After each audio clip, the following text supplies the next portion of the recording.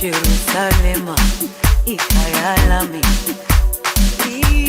ilondoloze uhambe nami zungangishilana Jerusalema ikhaya lami ilondoloze uhambe nami zungangishilana dawo yami alikholana buso wami awukholana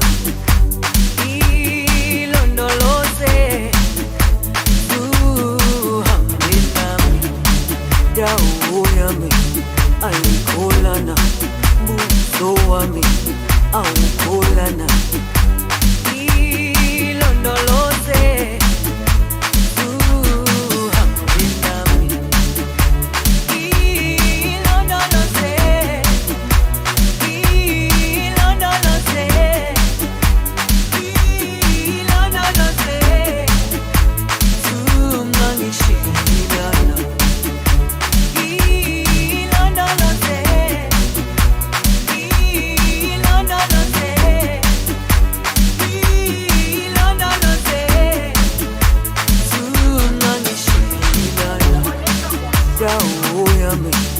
alikholana buso wami awukholana ilondoloze uhambe nami dawo yami alikholana buso wami awukholana ilondoloze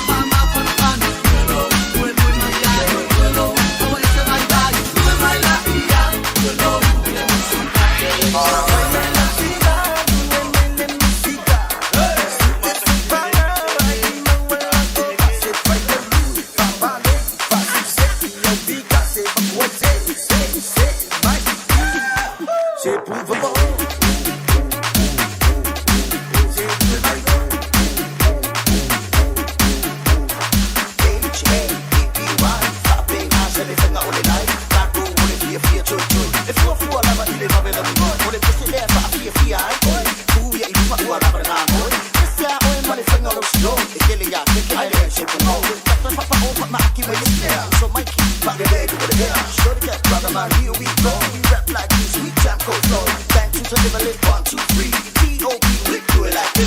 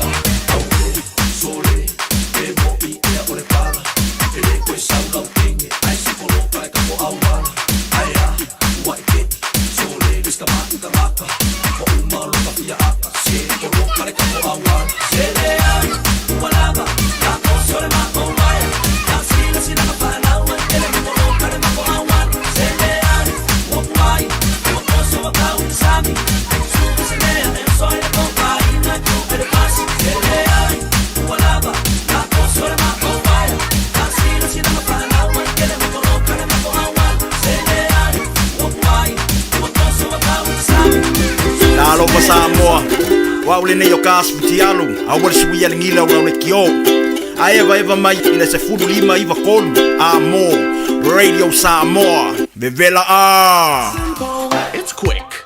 You're closer to families. Sending money's now made easier for loved ones in the Pacifica. New Zealand, Australia, to Samoa, Tonga, Fiji, to the Cook Islands, to Vanuatu. Connecting Pacific families. With ClickX, you're secure and safe. The lowest fees and amazing rates. Now helping home is affordable. ClickX with a K. Reliable. So sign up now with ClickX. Let us help you help home when they need it. We are for the Pacifica.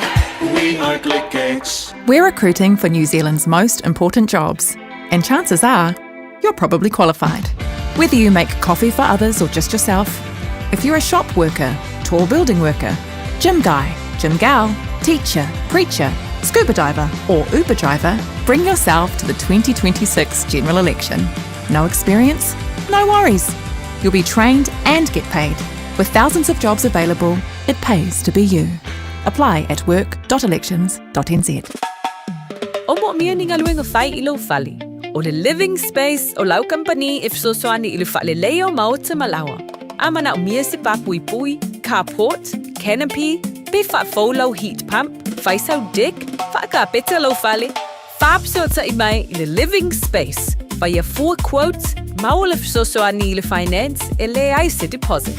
Vili mai loa le living space, ile o valu se lau, lima faono, fa valu fa, o valu se lau, lima faono, fa valu fa. O le Casa Beds and Appliances, o le tali o manaonga, I o loe whaatotonga ilo mauta, ini tau le lei, toi ananga tā, e mawai moenga ngā o si tutono ni usila, wha apea se tino fōa le potumalo lo, lau ai manafoa, TV, la au pese, usa aisa, masini tā lava, telefoni fe aveai, maisi. A fiu ane loa I le whawhituwha Great North Road o tau, po le tolo fituiva Great North Road I Henderson, le Casa Beds and Appliances, telefoni o valu se lau, lua, lima wha valu, o valu se lau, lua, lima wha valu.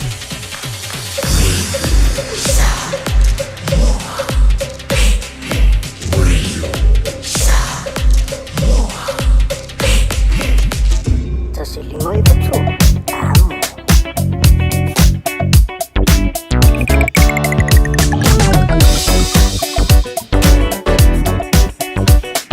Tani dole mahi lua sepuluh biru te o na tāna o le July fitu. Ea, se pēn manu tātou tunu tāne July fitu. O ina muli o tātou tala I pēn whaponga I le so panga leo tātou pōklame pe ona māsini ai. O le pōles Friday, ea, wanga I polisi ui po o neiva yaso le anga leo matai. Le solusu whai rai lua o luono. Ea, talitono sa inga lungo la wala nau si pil maro tātou tunu pe la wartu alalo ane Radio Samoa ole na wanga I moto malawa tai au la uli ma la fiafi ea uno parsa tu ya maa pore opu ya mato ole pa auto uta le nei ma tala lungo la wala tau nu umanuia I moto malawa ea po I vinga I lea tua lai tu la lo papa ia usil fia pe la banga ia wa paia si le mo ma traffic ngai lungo la lo papa ngai ma taulanga ia po Central of Auckland o se vai mo taulanga Victoria Park ngai lungo la lo papa ia taulanga na no ia e mo mutai la mai tatou lungo la wala I tu la fono ia wa le ia se si lungo tu la fono se va ia tu ngai College Trio ngai lungo Chervos Road ngai Hernbay e o mo slow ala traffic ngai Westmere vai po tanga mai Ponsonby Road to Newton Road e o mo le mu ala traffic South Western Spring ngai Craylin ia ngai tu taulanga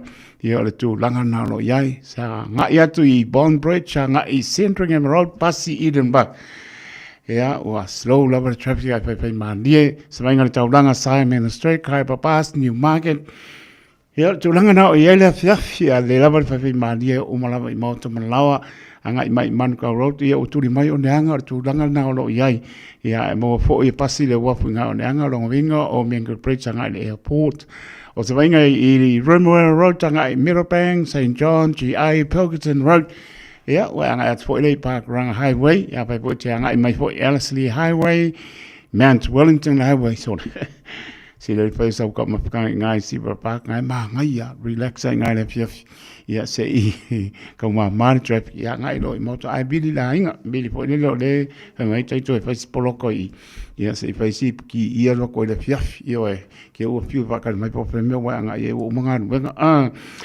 ole tanga ia to ngai Green Lane run about lungo le moto e mai ya mato ya le wa ngai mai ya fai po te pasi mai ya kalo mai pa so I fu mai I tu vai ya nga e toi foi le I Manurewa Southmore nai manai ya o mo ko flow le trap ba ngai towards Takanini Papakura koi ya le tulanga na o lo ia le fiafi ya o saunga le mo lava o saunga le mo lava ya le silan taua fa mo le lofo le le nga le tatalo tato ya ai pa tamala fo tato sta venga ngai lunga le wala ya wala mo por kame fa nga solo ne fo fiafi ina ua Tulai maritato taimi le wa spofitu minute ona tane o le tulai fitu tane fitu au nat muli o tato talai pe ona pa ponga ele so ia ale nganga fa lolo le minga o tawai o te fatalofai ma o folofa fatalapat pa e maulunga o tato tunu o mai lava I maunga maulunga pa ia se o pito titi talofa lava ma no le pale ne yaso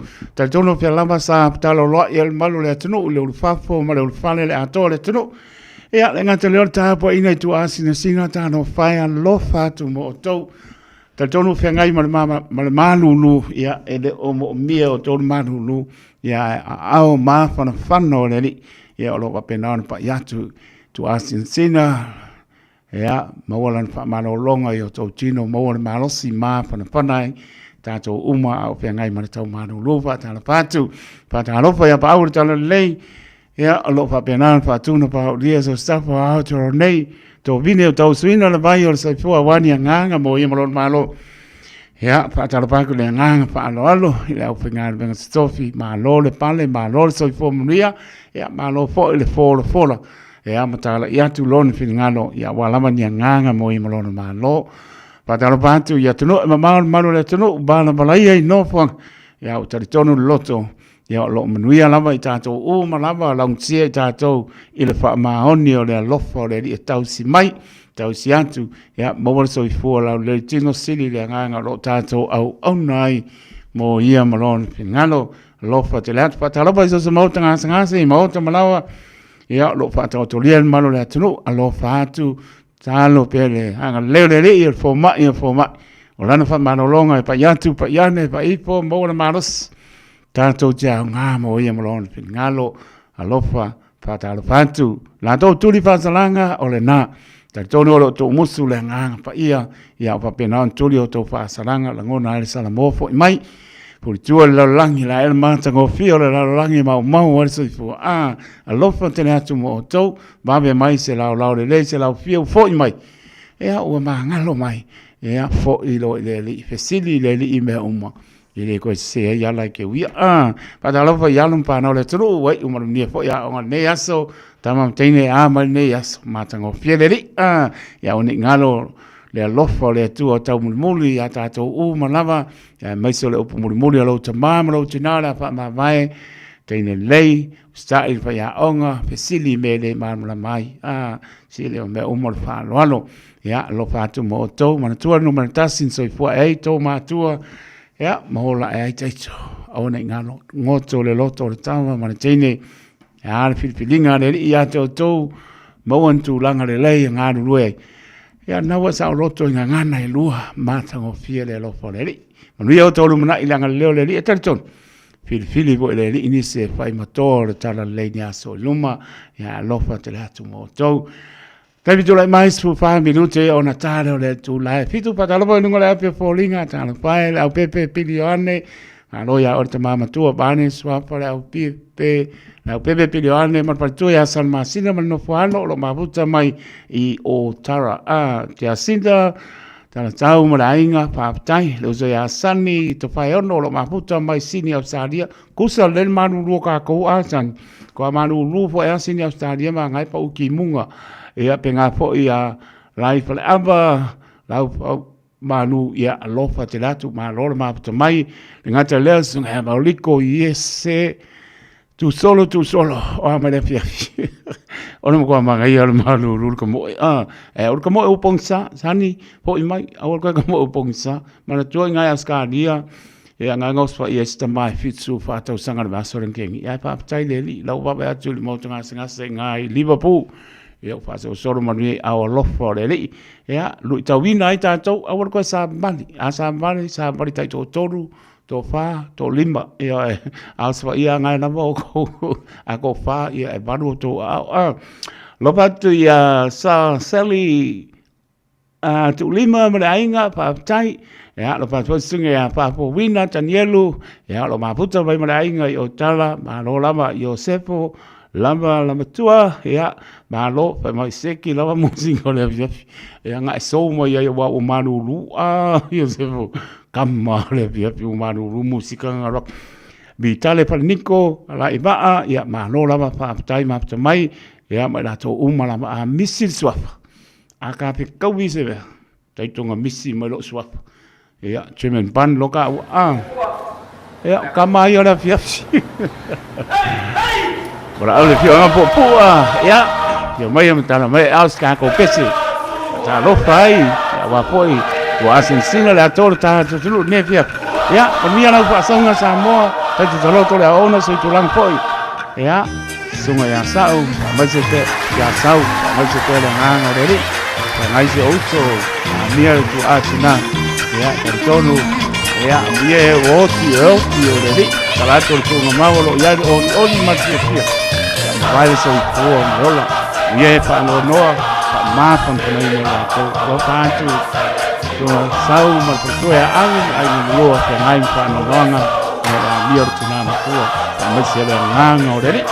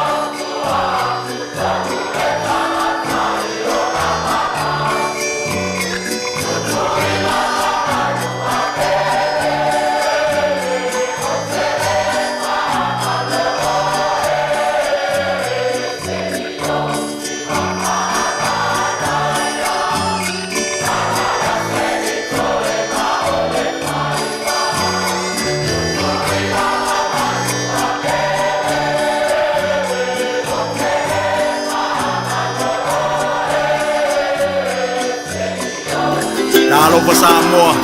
Wa ule nei o ka asputi alu. A wale sui ya lingila ula ule kio. A eva mai ina se fudu lima iwa kolu. Amo Radio Samoa. Bevela a.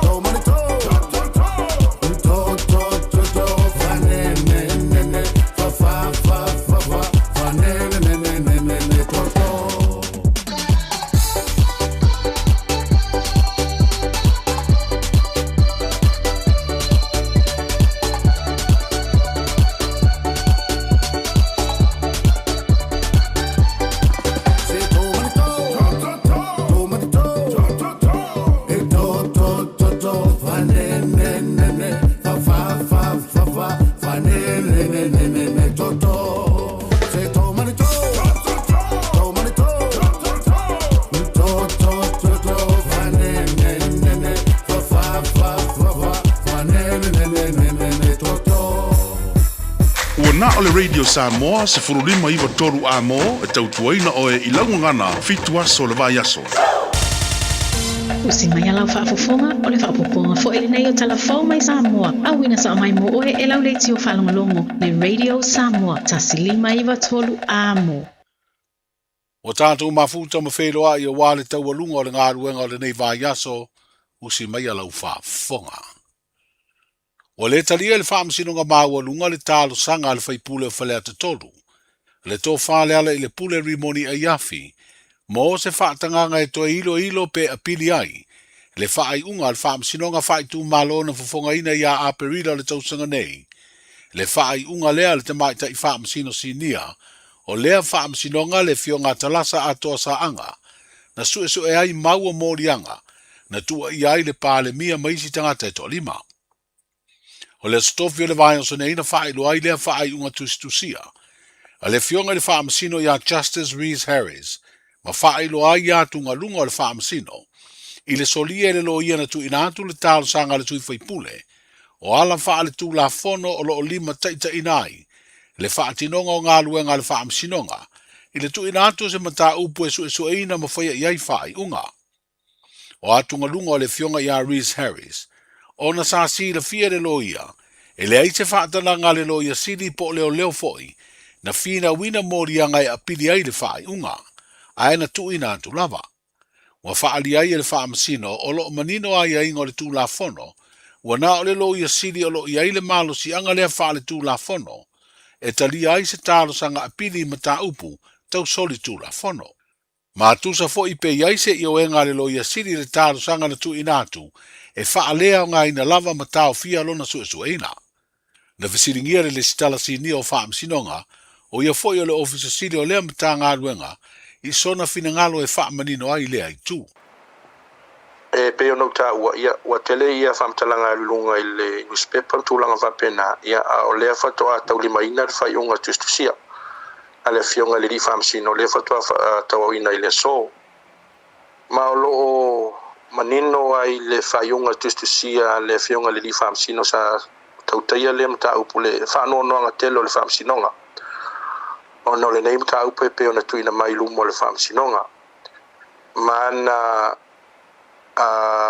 silingia ia sunga foi lilo ia sa tula i maltofa le ale pule. Pesa iai se whatanganga, po se whatonunga mai le tanga ruenga leo po le lo ia sili. Sa mawhai ai ona la tuina mai le atal sanga i lumo le whamsinonga mo sana whaiunga. Po se whatanganga tustusia, ia po se whatanganga voi lean tu fonga mai, tu ngutu mai. Ia apita ina na tali le ia le lilo ia ele ai se whatanganga ele foi se whatonunga tuina mai ele tanga rengo leo po le loi sili. E mawhai ei na whatanga ina tuina mai le mta upulu mo le whamsinonga. Ia mawhai loa mai ai o se tūlanga ua se whatamala ua laina mafua na tuule ingo o leo i tono nei tāsanga. Ia le ana whaalia ai le whanonoanga tele o le whamsinonga, o whanonoa tele le whamsinonga. Ono le nei whamtalanga pe ona tuina mai, ia ma ta uai, ia ua tuina mai le tāsanga, e au noa ma se wha tanganga tuina mai le tanga rengo leo mwhali pui. Ma lo whailo manino foi tonu i e le whionga le di whamsino le na whaiunga tustusia, o se matua i ai tui le i whasolonga o taurumanga o ngā ruenga le whamsinonga, o le appeals o le process le court, ma e te leo na afianga i tūlanga alo ia le whatinonga o ngā ruenga whaalo ia. Ai me se ai o lai manino o lo ia, e tau lo ia o isi fai tangata official le whamsinonga, officer of the court, o lisi na tau i lo ia al whanonoanga le whamsinonga. O leo solo mua mai i officer of the court o na appeals le process le whamsinonga. Ea, o leo fo ilana whamanino mai e whamsino ilana whaiunga. E tusa fo i pe awa pe na mai se whatanganga mai leo e whai ai le tārsanga. E tasi ia le tangata la e tautala i e tūlafono taurumango sori ngā tūlafono luafes furuono. E na o le lo ia sili lava. Na o le lo ia sili lava. E au mai ei le whaatanganga. Whaltula fono. E mawhai ei na pili se whaiunga. A le whamsinonga o sori ngā tula fono po se criminal matter i lumo le whamsinonga. O le ala na whamaninoa. Ia mawhai loa fo il whanonoanga le whamsinonga. I le lilo ia. Ia o se lo ia ua sinia ia ua. Le silfia foi o leva ai ngol tula fono e meiso taulumanga pia tuina mai ai ia mai lo fai unga al famsinonga mo faalea nga ina tal sanga sa tuina mai mo faalea nga ina tal sanga sa tuina mai mo le toe apilina al fai unga sa fai ele fionga ya tal sa famsinonga fai tu malo la so fulu aperila lo ono tasio mafu anga wo faalea nga ina ile tal sanga la manino mai fai unga o le abuse o le process a le whamsinonga. E o le whamsinonga la na o lisi mka upulea o le apili la le pe o le taua na le apili a le tō whalea le taua la mai ana lo ia. Ia leo whalea o ngā ina lo ia ilumo le whamsinonga mawalunga. Pe o tuina mai elan whainga tustusia i le so. Le sunga papali i John Taimarilangi a Fele, o le stala sini o wha amsinonga, ma o ia fo i o le wha ululunga, o le mtanga luenga o wha amsinonga ma le wha foina, o mata upu tau le wha amsinonga. O lo totoi nei le isi o talo sanga le whaipule o whale ata tolu e su eina, i le aso whao se tema. O le talo sanga leo lo fina wai, e whaia se ilo ilonga wha le tū la fono, po se judiciary review, o le wha unga le loia sili, e le whaia se isi ilo ilonga po se apiri o le wha unga, a le wha amsinonga wha i tū malo. A o su eina le pūlenga le Universitea o Samoa, ni fusu anga sa lo to to ye ni so fa nau tama televou o lo a o ngai le Universitea le tunu wo atu nei le mata upu i leo mo le fia ia o se su nga tili ai se fa mtalanga wo fa la o tele mai le pulenga le Universitea wo fa i lo ai e lua mata upu i fetena inga ni so fa na wa onga e ese teimina tupu ai o lo anga ia se su nga fa lo to i fale ale vaenga le Universitea fito i tonu mata upu fa pea. E se furu valu whanau o loo masalomia na a wai e whetena inga. Ai o le teimi nei, e se furu ma le tolu tama televou wa lātou whailo atu lavaro lātou iai le teimi na tupu wai e whetena inga. O le ata video mai se telefoni whi awea ina salalau i lunga o le api o fōlinga. Sa whailo ai se tasi o vevesi, o loo mori mau ina ini fusu anga i le vao nisi o tama onga. Ai ua vesoa soani lea ata video, whapea ata mai me pu ata CCTV a le Universitea, ile su enga lo fa yele te nei o fa fo mai o le fa le Samoa le Universite pe ona ilo ile ata video na tupu ai le vevesi o le su enga le Universite sa idi de mafu anga wa ilo ai o le asfraid and te nei na amata ile vete na inga ina ua lafo e se tama onga se upu masoa a o yei ma se tua fafine o se alia onga ai o le solua le vai so nei na to e fai te tele ai ma o so fa ala vai ma isi tama onga ona ua fiai nisi o lato ubo le pevesi.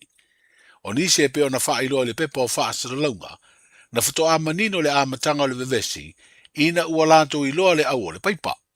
Le au leo le paipa ubo nei leo mo se isi su enga au ili. Wa wha ilo lava le wha asaralaunga, o tu la fono wha tonu mata iala le Universitea o Samoa, e wha ilo uma i whanau, i le teimi e lesi talai, ina i o lato i lo ai tu langa i tu la fono, a o ina ai to tonu o le papa i ngala. O le tu mauti noa e pei foi o tu la fono isia o nga umai le tunu. E matua sa te putapu o na whaamisa, pe whaatupu ni ngai o inga soli tu la fono, i to tonu a onga, mai whaapena fo i to tonu le lo mua le Universite, o le to inga leo a onga whaau a whanau le tunu, e pe ona tāpua ia e matua ma a inga o lato whaiva, ina iai umanuia le sa i linga o le poto ma le tamai, i le maua se tu sipasi ma se wha longa maua lunga. O le ngalulolo na tula i mai le tausanga i luafe ma le iwa, ma whea ngai ai nisi o nuu mafio anga o le motua upolu ma mafutianga onga, i le wha le angaina o mea to tino ma whano aire so i fua o nisi, e le ma whai o na ngalo e ui wasilia nei le se furu ono tausanga, talu o na tupu lea mala whale na tura. O pito nu o sa lea panga masi upapa, i le tu malo o le pā, o nisi o no fuanga na siri o na onga a fianga, i lea ngalulolo malosi na mafua ini mafui e se lua, na lulu i lea so lua sifuru iwa o se tema, o le tausanga lua afe ma le iwa. Talu maire na taimi o lo fa awa upea polo kalame fa alau i loa, o lo fea ngai ma le mtanga aluenga o puna oa fa le na tura ma sio manga, i le whaia o awa onga e tāpena pena aitanga ta uma o le atunuu, pe atula i mai se ngalulolo. Ma ua wha iloa le mtanga aluenga, le mai au se tasi o na polo kalame wha alau i loa, mo tangata o sa lea panga masi upapa, na whaia e le vai o nei. O le autu, ia si le fia e tangata o nei a fio anga ngaio i nga uma e te tau na whatino, pe atula i mai se tsunami, po se ngalulolo. O le taua o ia polo kalame wha alau i loa ma o onga, o le whaasau ina ola masoifua, pe a fia sa moa i leitu aingo malafale na tura. O le ngarulolo ia se temo le tausanga i luafe ma le iwa, na whano ai soifua e se lau whaasfuru ma le iwa.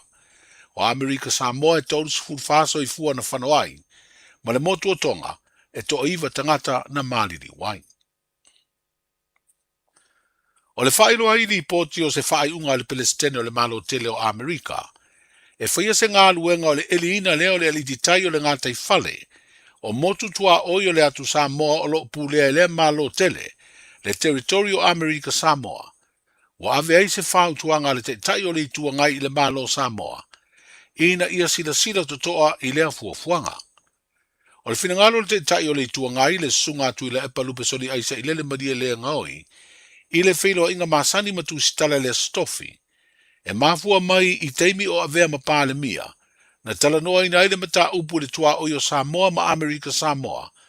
Le ana ia whaalia i lea whilo inga, e o mai le teimi nei, e le i mautu se tautonga o lea mata upu. Sa matu a mata le mata upu lea. O na whaiwhai lea tupu e tatu whinaunga. O na tatu matau sele wa omi matako. Mai mga kura o lia nga o mai o mbeo o kakapoko whapiko o loia. E kako ke paraaya. Kako fola ia e kakeo ai rumare. Whamasinonga whapamalo. Ma tu sa iwa afe ia maina whakawhai le maua e kako mele le wasamilea. Da kako io ia. Le mai vai lua. Komua i le afu. A ole la velave le ua kule mai. Ole mai le lunga il moku voi le lunga Rose Island. E ka voi la ngā fia maranga i le kako fua ngā whanua. A kako iora mele fe mai Amerika. E iwa afe whakaf, mele whakaf. Ngā ue kako. Ia ma whaiwhai ia le fi ngā mai mai. Kako ke le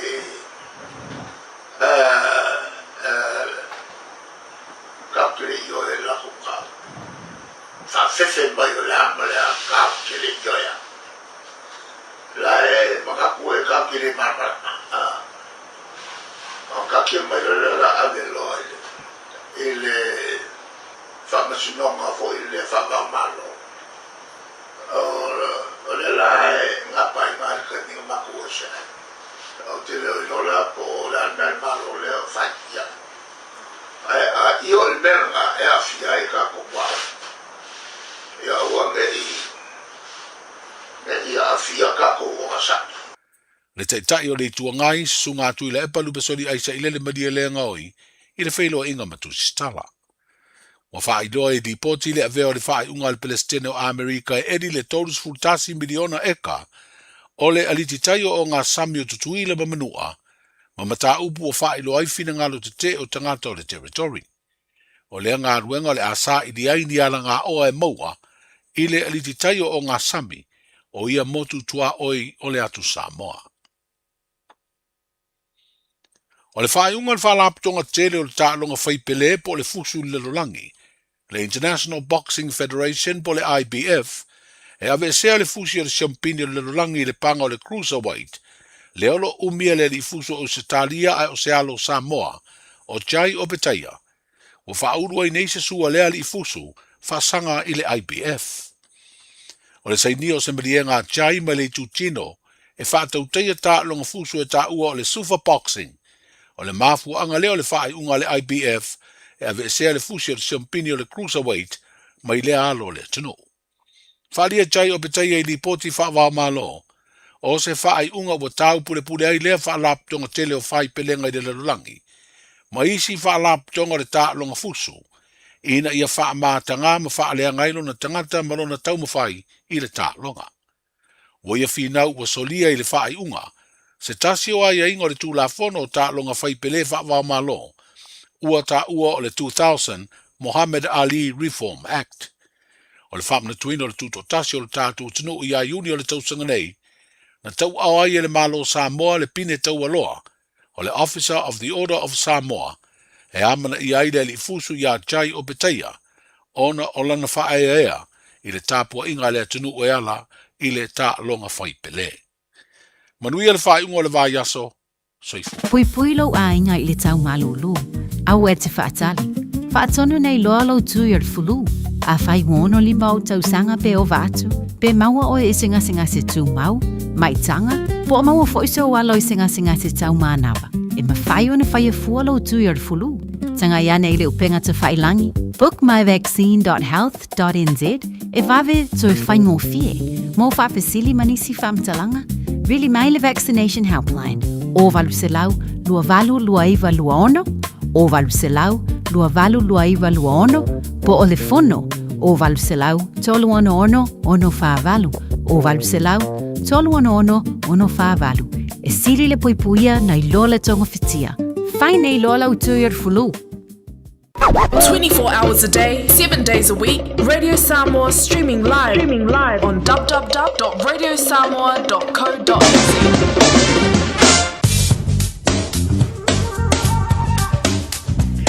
Nau te whawhonga na mano le atunu le mina atu muli o tātou tala e pian whaponga i ai le so muli whamaloma le whapatani sui o le Radio Samoa whalenga au tanga maia tipi au tanga maia ne fwoi vai aso ia me so lan tau tua fai pea i le vai aso muli atu lo tau soifua maria whalenga au tanga maia o tātou wola le na vai aso toi whaponga o tala mai si o tātou tunu Samoa.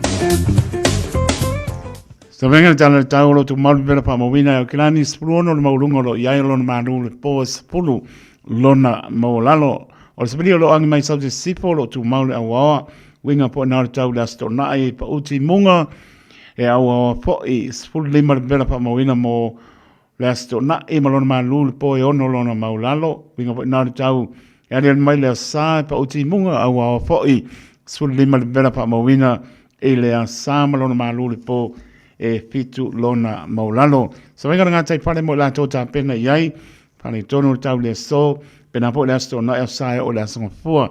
A le lamara ta pena mewa e silfia, a me lo whaaro te poni pe a meai, pautuanga le Water Safety New Zealand, Maritime New Zealand tanga benga le ACC. Whakarapo tiu tātou tunu o i Samoa, ta tonu o lo wa penaan whaonga le tasi ono tesimali, tasi whaamo, ya, o poroma pa talo patu e ala tau tua le Radio Samoa ya o kilani lo matono no pia ya tono e mau ya tātou bala ya talo tono lo tau sia pe tātou a lofo le ri o poroma pa talo patu ma bea tu tau New Zealand lo mana ya lo pa una ti munga le mafa a wo po i pasalo atu le piapi luas pulu iwa le mera pa mawina malona manu le piapi luas pulu lima so inga ya pano pa antolo pa uti munga yo o mai kaua ka pasi sibareo o le mkoa ma ngai o ki muanga o mai ai o mai o pani o ma ko ko le si timu a o ma mafa le traffic pai maria o mai mota malawa se vai o na wai kanto Rotorua Taupo Taranaki Marotu ia o lo awa pa ona ti munga le mafa o malulu se vai o na pe plenty King Country Kisport Max Pela mo Wellington ia o lo pa penan pa uti munga so vai o na wa Rabban Palms the North maybe am Hastings tauranga mani se vai ngonu tu tua oi se pa ia lamba kala sete mona no tu tua oi pito lalo sau pa wa malulu ko la se ma ko kai oi ai da pose timu no fa malu e pe ngalo fa pu ale pat ya kwa malulu wa sta venga na e tala tau ya me spo ni se vai ngonu tu tua oi se ta to no Samoa ya e mana tua lau talo e no to la mai ta so tai mi lua su lua Minuto o te ali tu lai fitus, me la pa ponga tātou por klame o le alanga upu.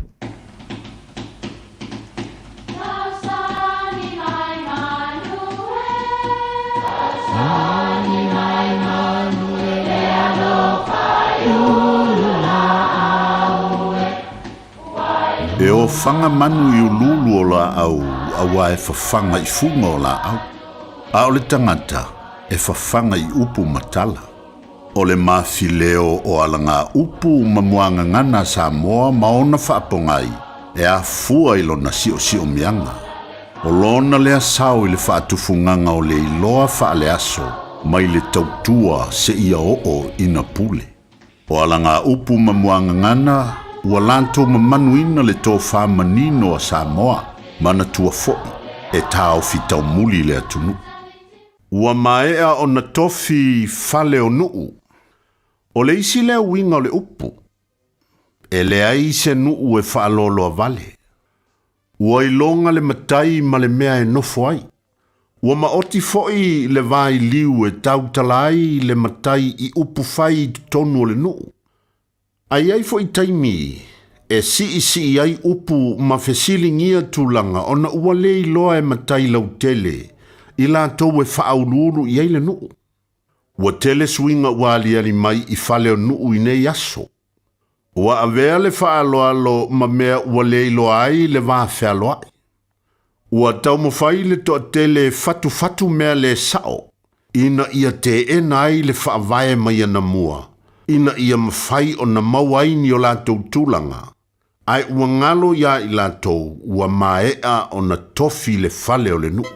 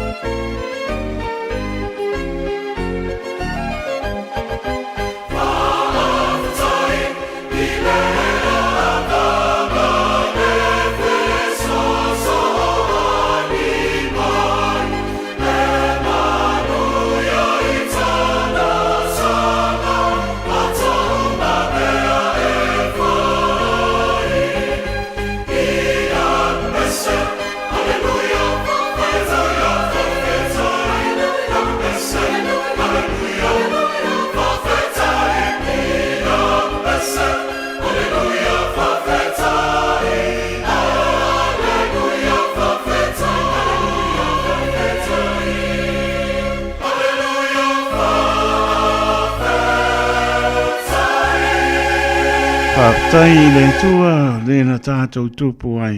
Se pōmane o korisi whawhaipe au mai mā lua, tātou langona pēr, whātau waa, ma tātou pāti patia, whamaoni o le alofa o le ri, tau si mai.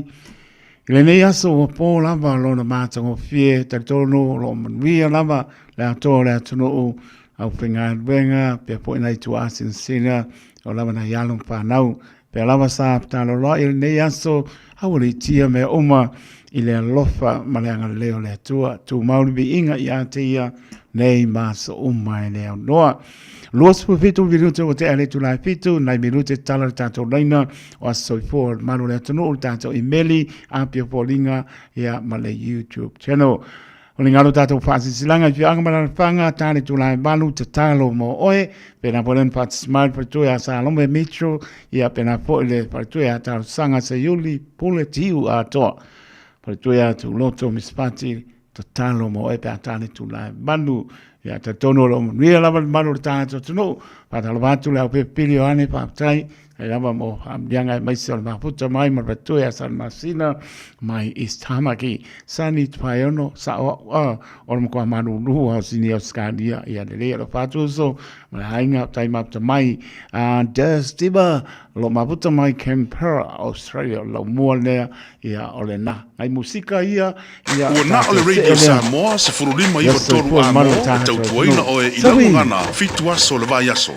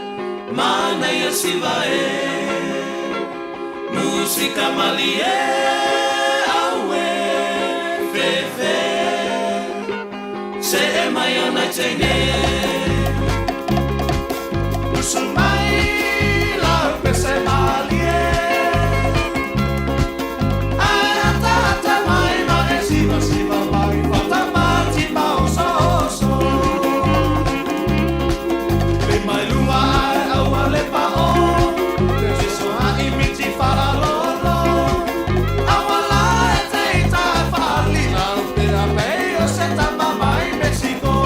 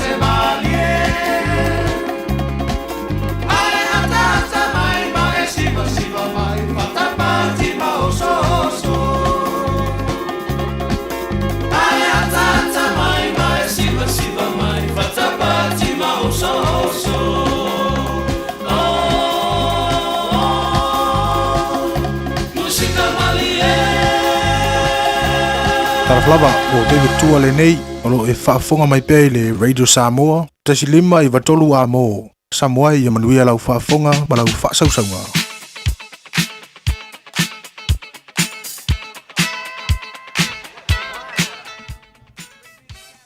No mtara tato leina Samoa turu pene i meni api o polinga malunga le YouTube channel Mola Mnova lau mai malatua mai a poi ia ta pena proclame stato pese ale saka mea lofa pa manulu atu padalo atu le songa abitale fa Nico ma pretua ma no poalo ia lo mafuta mai merpone pa mai taito o manu lupo e ngai dendilo ala patu songa abitale fa Nico ma pretua ma no poalo mai merpone pe fo ia kain mika wa mai to ina ya wa mai mika alo fatu ia ma pretua ia ma no lava ma puta mai I Papakura, Kanini, Papai, Sani, Paiono. I know I'm not like that.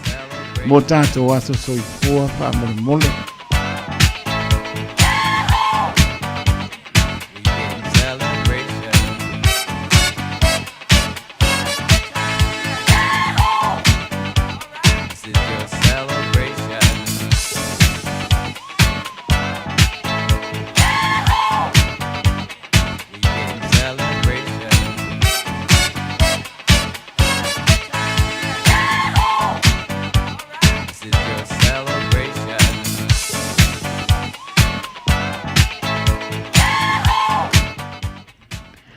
Mora no sa no mai talo pa. Taro fa kai ko. Ma loro sai mai yo o mai la fiafi. Ya, mangui ala wa fa tai la fias. Ya, lo fa tu mo ma tu ma no falo mo le no. Ya, yo ko mo ya ku ga ro fa anga mo stasi ho sia ma fa nga. Lei la bebe. Ya ma kan san ya Lorenzo Sakiasi Timani fa ui.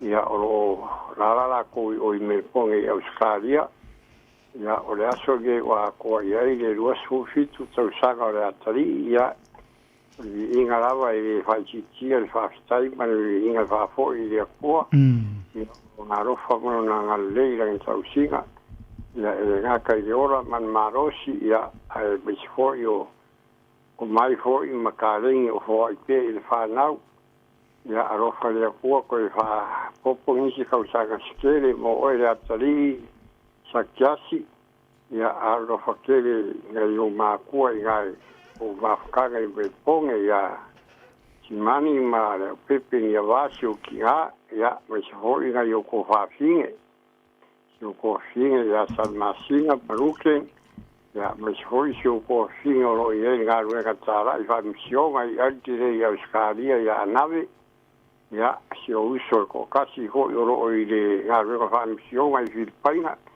ia pili tuna ia moli vaiora ko ro whaga mo oi ia ro whaga foi mai ainga uma si o kama ia kai Samoa ia o skale ho New Zealand ia ro whaga foi o ainga si o kinga ia e ngā kai boka vasko ko sari mo ia ma ko ho I New Zealand ia moli ko pakoro anga mo oi le atari fa bongia le ko ia ki oi ia ai fa si ia ro anga ma ua ma tu o chokia ia ia sa masina ma le pepe ia ro kele mo oi sakias ia ha kai tere kai ko I mango kele lava la kiu ke ni siati ia ro fa after tele lava lo fonga le pepe ma ia si o to taimi ma na yo lualo lo ia pesi umi ia umi si ngo lo fo I mai ia Koe ka penga se si malanga Koe ka whama si ka mai. Ia ma lo lava, ia mo perso I fo mri au lua mātua.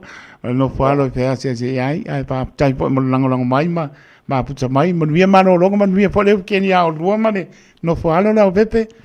Ia, whapega fo I lau suga ia lau suga taito. Tai lava ia pa so I fo ia. So fo. So fo. Mo la mo sa do mai tala.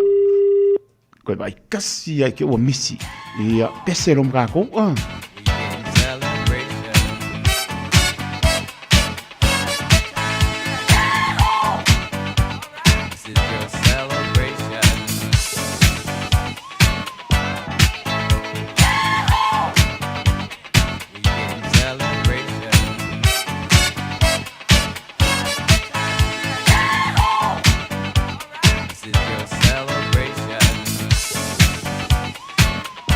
So for my Cadmica, let's find out Nico Jones, yeah.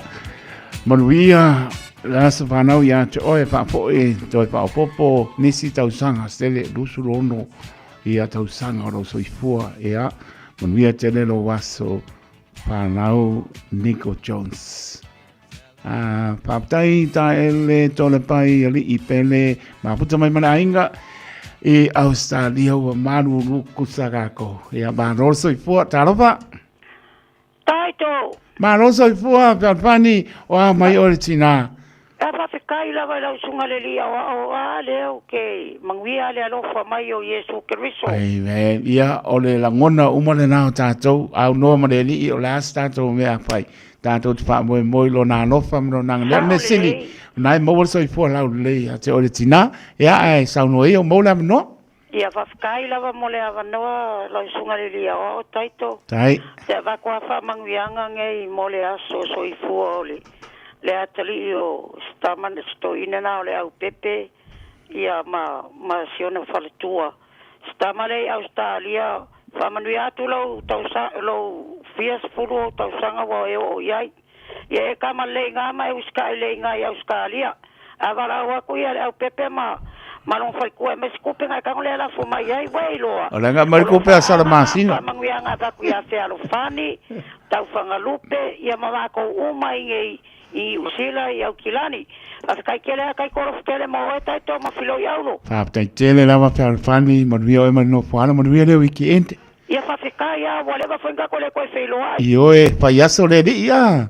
Le fa yaso le dia es kai mingo wala kulea. Ia fa tai so I fo mo po. Ia manguia malolong al po so I fo manguia kiuke. Ia so I fo ia so I fo. Vea pata wa ona fai mafonga fa leo po lenga le radio Samoa fa mio so I fo malo le tono I tamatina o uso matu fa pene se la na pana weti o to uma fa mio to was so I fo le so yanga le le toi fa vopo nisi tausanga stele so I fo mo online tato mana tu pea ia bea pe tato e faia lona pinngalo manuia te leo to was so I fo. Happy birthday to you. Si pong mani se wo ya taufi pa o Sofia. Pele ai asa o me alofa o te tua yo au tafa. Au vola. Sulon minute o na tana le tula manu tana manu le tato por clame tatalo mo e. Mia lo paso nga Samoa alofa te le.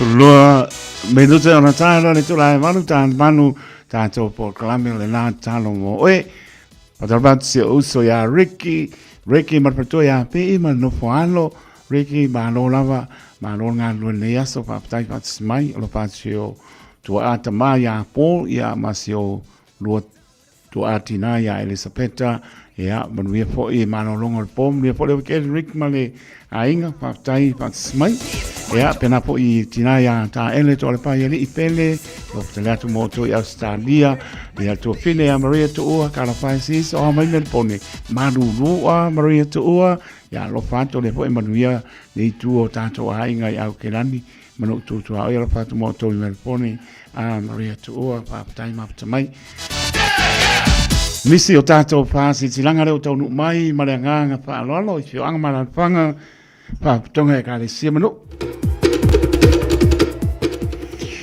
ano foia pa le mua pa le mai pa le seu o tia ma o lunga on pa pe leo upu se o lingo fongatia o pa ulu tua baom po malu o tangata lo le bao pilpili ma sa ngata ona mātou whātu lo lea sa mo yo pa ia sau ngata o le ane o ia sa mātou leo tu lo lama ai pasing tonu le nei wha silsilanga i suli uma o alo matama whanau le whioanga o po o i samai o lo alalam papa au i au kina nei so se tase fia tongi sana maa ia awa lama wha moe o le toe fausi eina o le malu tapu ale e whakasa e to tonu o si o tātou no. O le whailepele o inga i le Otara Art Center la solusu limo i ulailu o luono taimi tasi i le aoli te e pa ia lima le piafi. Mana o mialo awa i mai tātou soana pule wha soa ai. Lima spurta lale restala mana tua mai sau la fonga ia ua le tau amtaino le nei wha moe i le awa ma le wha aloalo tele wha moe le auri atu le naaso tupoina tātou whēra iai i le alofo lo tātou matai. Whāptai sainia al whailau tusi, male lau male mautanga o alo matama whanau popua.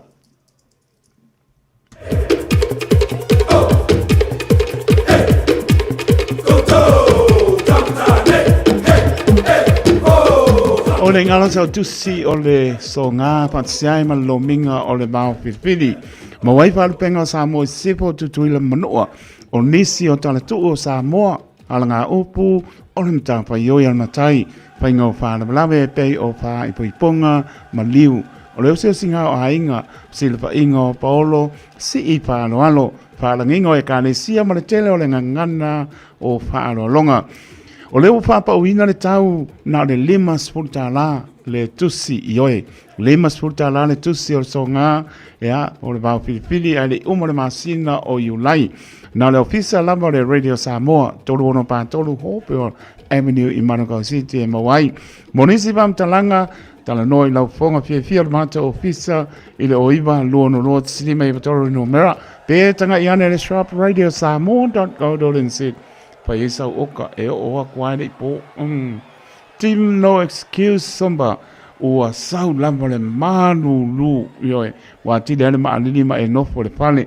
e lelo sau fafo yoe ya songa fua uma lama pa yelka ko sumba no team no excuse ya o le songa fua Istamaki Community Hall lua fa Istamaki Road o Tara Apoleono pa pela Sophie i te poki hori o Tara le Apoleono le aise zongi o nei pa Malastino e le poska kama kanga o le na maptanga sa pnawa i au kila nei o te moa i ofu alofa atu ma fata alofa atu le pa ia maulunga ma le mamalu tau wee i le tātono e le sunga i le fata maa o le tātou maptanga le sunga to ina ia yo sepatu patea ma le partua e a te mali impai launga o matamaitai o alo ma whanau. Ia tai nane ni o tātou paolo maringapa tātou te manu ai. Mātou te malore soifua manuia male langi mātafi whaaptai le alofa tuli lo le atua i loto soifua mso mātou wola Wala fai fia mai ai lona no ile ne tai au fo o lona sa pati pa ia ta lofa lama ai le ama tele ma fa lo e fa sisi la tuai e pa ia ta to ma tanga sa punawa ia kina nei o le apata no ina fo e ta to fontanga le asto na nei la solo lima o yu lai lu o ono e pei ona fa sa lawinatu mua ai le apata no ina le solo iva o au kuso yu lai au kuso ile no fuanga e pei on silafia PIPC o neanga ile tu las apa o le sepulu taiao apa le sepulu taiao ia tar sangat foi maleanganga mawalalo ia e mana mia lo tato au uma ona ua vai se unga foi tato te le i maputa manaya ma olo yaini mta upu e mla mia iso to filangalo ma lole au i mai ma nei fa tuanga o le ale abelea ma la e tolo poina ai le fa moe fa mole fa natu atu foi la fonga ia msinta ia waso to fonga tau mapa mole aso talo pe le atua ta i manu atu iai lo to so i form so mato vola tato te feilo iai lo na lofa ma lo na ngare lei ia malo fa lo lava sai nia le nei pasi sanga e le fionga le tai fono so i tai fono ma le lau fono le tato ma tanga morisi vam talanga ia talenoa tili le oru lua le malua tasi balu iba tolu vanu oru lua le malua tasi balu iba tolu vanu malengang pa loalo o le ata oto ia fa maene o tai loloto pa ia Samoa e a fua mai ona tua oi le one le uftia o le mata isau o le tui manoa se ia pa ia le mauta o na panua o ala manu i le tauwilo ai o malo tu lo lava au le nei pasi silanga e pasi no tono i alom whanau o la to uma o e na so i fua mai le tina ia ana ma lai soa ti linga poe o sala valu ua talo atu mo le nganga whanoalo o le awhai o le tātou whieilo inga o na o se mata upu tā ua tu lai mai te tono le tātou a inga fotu ngā lutene sale la manu. O le awhai o le aso losu lima i o lailu o luono le tu las fulua le aoli tu atusi mō le silipia fitu o Wickman's Way i Mengri East pa mole pa utangia mai le nei pa asilisilanga tā ua ma o lole awa i mai o le a le tu uai se pinangalo ua au tasi ai le ainga manaia monisi whamtalanga pa so tae telefoni oro lua ono marfa pa i malua tolu oro lua ono marfa pa i malua tolu pa moe o la tatou si le wha iai i le alofa ma le anga le leo le atua i le aso pa tai o sunga ya sua kalolo pese sia opo ma le nganga whaaloalo. I le ava ma le whaaloalo o talo atu ai le whailo inga le tātou a inga i fia pātaunu ina i le masino se te ma le asulu ono luo.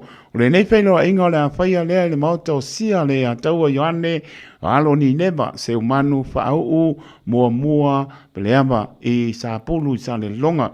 Tale tonu o le a whautangia mai le nei wha se le silanga malo tātou whaatasi o mai e le nei aso e pei ona whaedo atu so i fua mai e manuia o lo sainia le nei wha silsinanga e sa o le ainga sa se manu ana teni sui uma ua langolango ina le nei wha silsinanga se manu witi fono ya ta paonga ti asione sia le ataua Ioane matole a po Iosefo ma le anganga whaaloalo.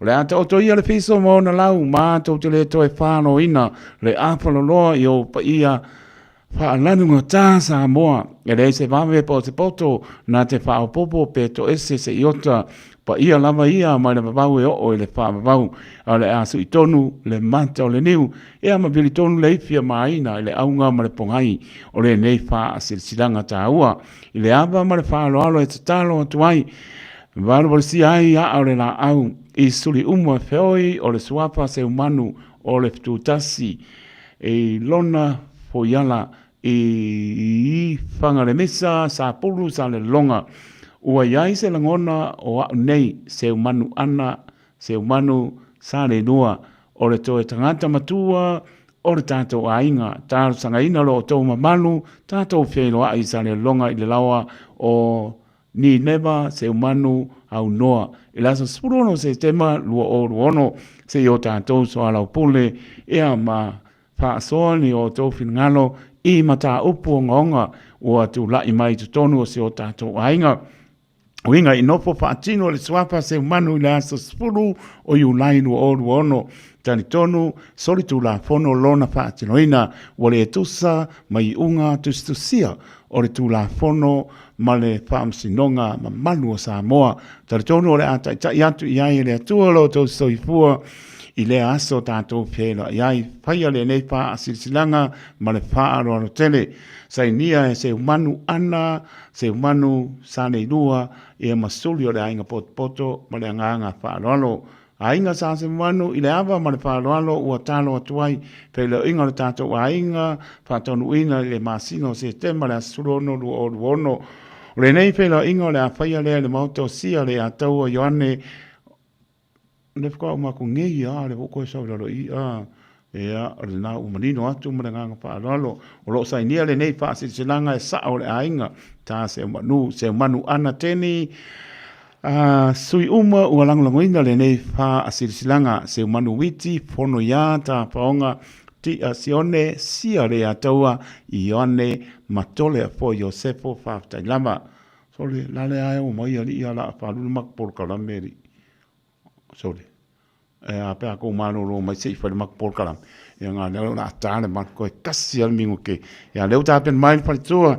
Ia sa loma metro, ia tarusanga se yuli politi wa atoa, tu loto mispati o le tatano mo. Oe, a tana mo le tato leina, ia pātaritani mai o la sau noa tu lava paritua, pā mole mole, i le taimi e tatana, i le tato leina, ma le nganga pā aloalo a, e ke oe wala au mai pā pele o kuainga kariako, ia ae leiroa. La e pule malato i le taimi e tatala le tātou leina ea whaari mai so whingano i o lawa pena foi o nā ngai atu i ai whaletua ea matatalo atu mō tau. Smai lau ponga le tātou por klame o le tatalo mō e.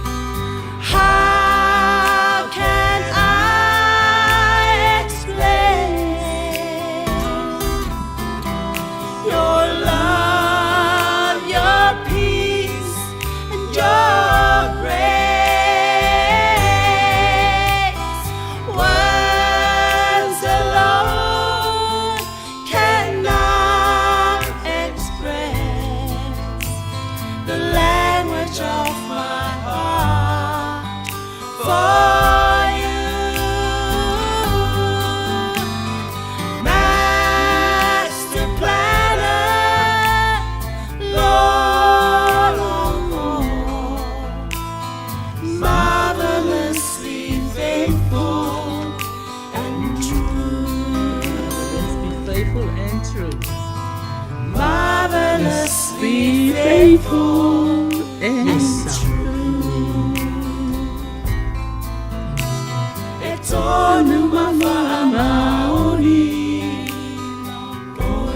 Amen. Hallelujah. Ata fatu sa moa ila fa fonga anga le ni fiafi. Fa malo le falau. Amen. Fa malo le soifu maua le langi mama. Fa fitai ta pena. Fa fitai le tatalo. Fa malo atu. Ye o ilungo le ala. E o lo ta pena a inga po o malo lo. Ya o e fo o lo tatalo mapunu no mai. A fa yo le na lava te ana po ni fa malo le fa malo. Fa malo matha ma le vaenga. Ya fa pena foi. Ye uma o lo fa fufunga mai o la tu lava matai fa yui. Mata fa yui lea o le fa fufunga mai lava ya matu. Ia mai o le avala au mai. Ia o salome miti o moile nei. Toro sanga se yuli pule tu ato talofa. Sa iwa tulo tole ame spasi. Ma se fa poponga o la tatu polo kalame. O le tatalo mo oi. Hallelujah. O le tatu fa malo si ma wale nei fia la ma wale le tusi o la ma. Tulo sa mo. Hallelujah. Oh sana hallelujah. Yo vale pa yo Israelu. Amen. Le atua mai le amatanga. Ele ai lava se tu sama oi. Amen. Yesu le li I o le ola nei ma le ola ele uma. Ola wa fio. E au ngā tupula ngā lava lea. Ola matau sa ini ngā malo. Mo o tangata uma. Atu nu uma mau. Amen. New Zealand nei. Matu nu ulata mai. Ola wa fio le tali. Amen. O mai ma pupua ngā. O le malanga fo'i le maliu ma le oti ua le utuva. Ai faa lata atu. E faa tangisia lava lo walofa. Amen le atua. Faa talo sanga ina. Lau faa maa fananga. Le atua. Mo lau faa ma lau faa maa lo longa ina yo tangata. Lo walofa la veai. I whainga malanga I le ea sami ma le lau ele. Watasi lo mātou whatua tuanga o la wafio le tali. Alleluia. Peta lau o fio mo lau fina ngalo fola lama. Awa o la wafio o le alii o le lama. O lau au auna Chaplain Salome. Ina ia alu watu male mana lau fina ngalo. E malo lo se mai. So I whaale leia se ainga. I oele atua.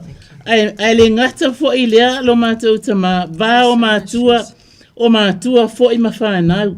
Ia le so I fua loa I tua a sina. Susunga I whaafea ngainga. Ma i so o se e kale sia. Ese lava lo mātou tama. Le li pule. Ma le tama I taipule o le Radio Samoa. Pastor Louis and Anne Bonifacio and Pastor Julie Amosa. Swash, we love you. Fa'au umai foi. I lau fa'au unga fou. Ia Pastor Tuloto Misipati, aleluia, le atua. Ia ai mai se foi tama. O lau fa'au unga e whaapenana. Pai atu. Ida matou apostolomika langa vale. Whaafengainga o e kale sia malava. O le Emanuelu. Ia maso o se e kale sia o whapena na lango mai. Le tu la fo ina la matou. Pona tatalo. Whaifa atasi le nei po. Tama e ala ya ke riso Yesu la matou vala au. Amene. Malo sanga. Ia. Se tatu wha malosi o le salamo la matou whaitawina. A matamai atu loto. O le ama o mai le maso tusi le whenga I tuai salamo iwa sumatasi o le au whaitawina. O le nofo el me lilo o iai le sisi le ese. E mau o ia le paolo le ona al malosi o malava. Se whapea atu I le li. O lo malo ia ma lo olo. O lo watua o se whatuatua ia teia. Awa o ia na te lawe ina o ile mai lei al whaimanu. Ma le whamai o si ai. E ufi fo ia ia te o na apau. E sulu whai fo I lano na apau. E whai alo na whamaoni mautali pupuni. Ma me pui ai oi. E te le fefele mea matautia le po. Ma le u whana I lele le au. Wamoa.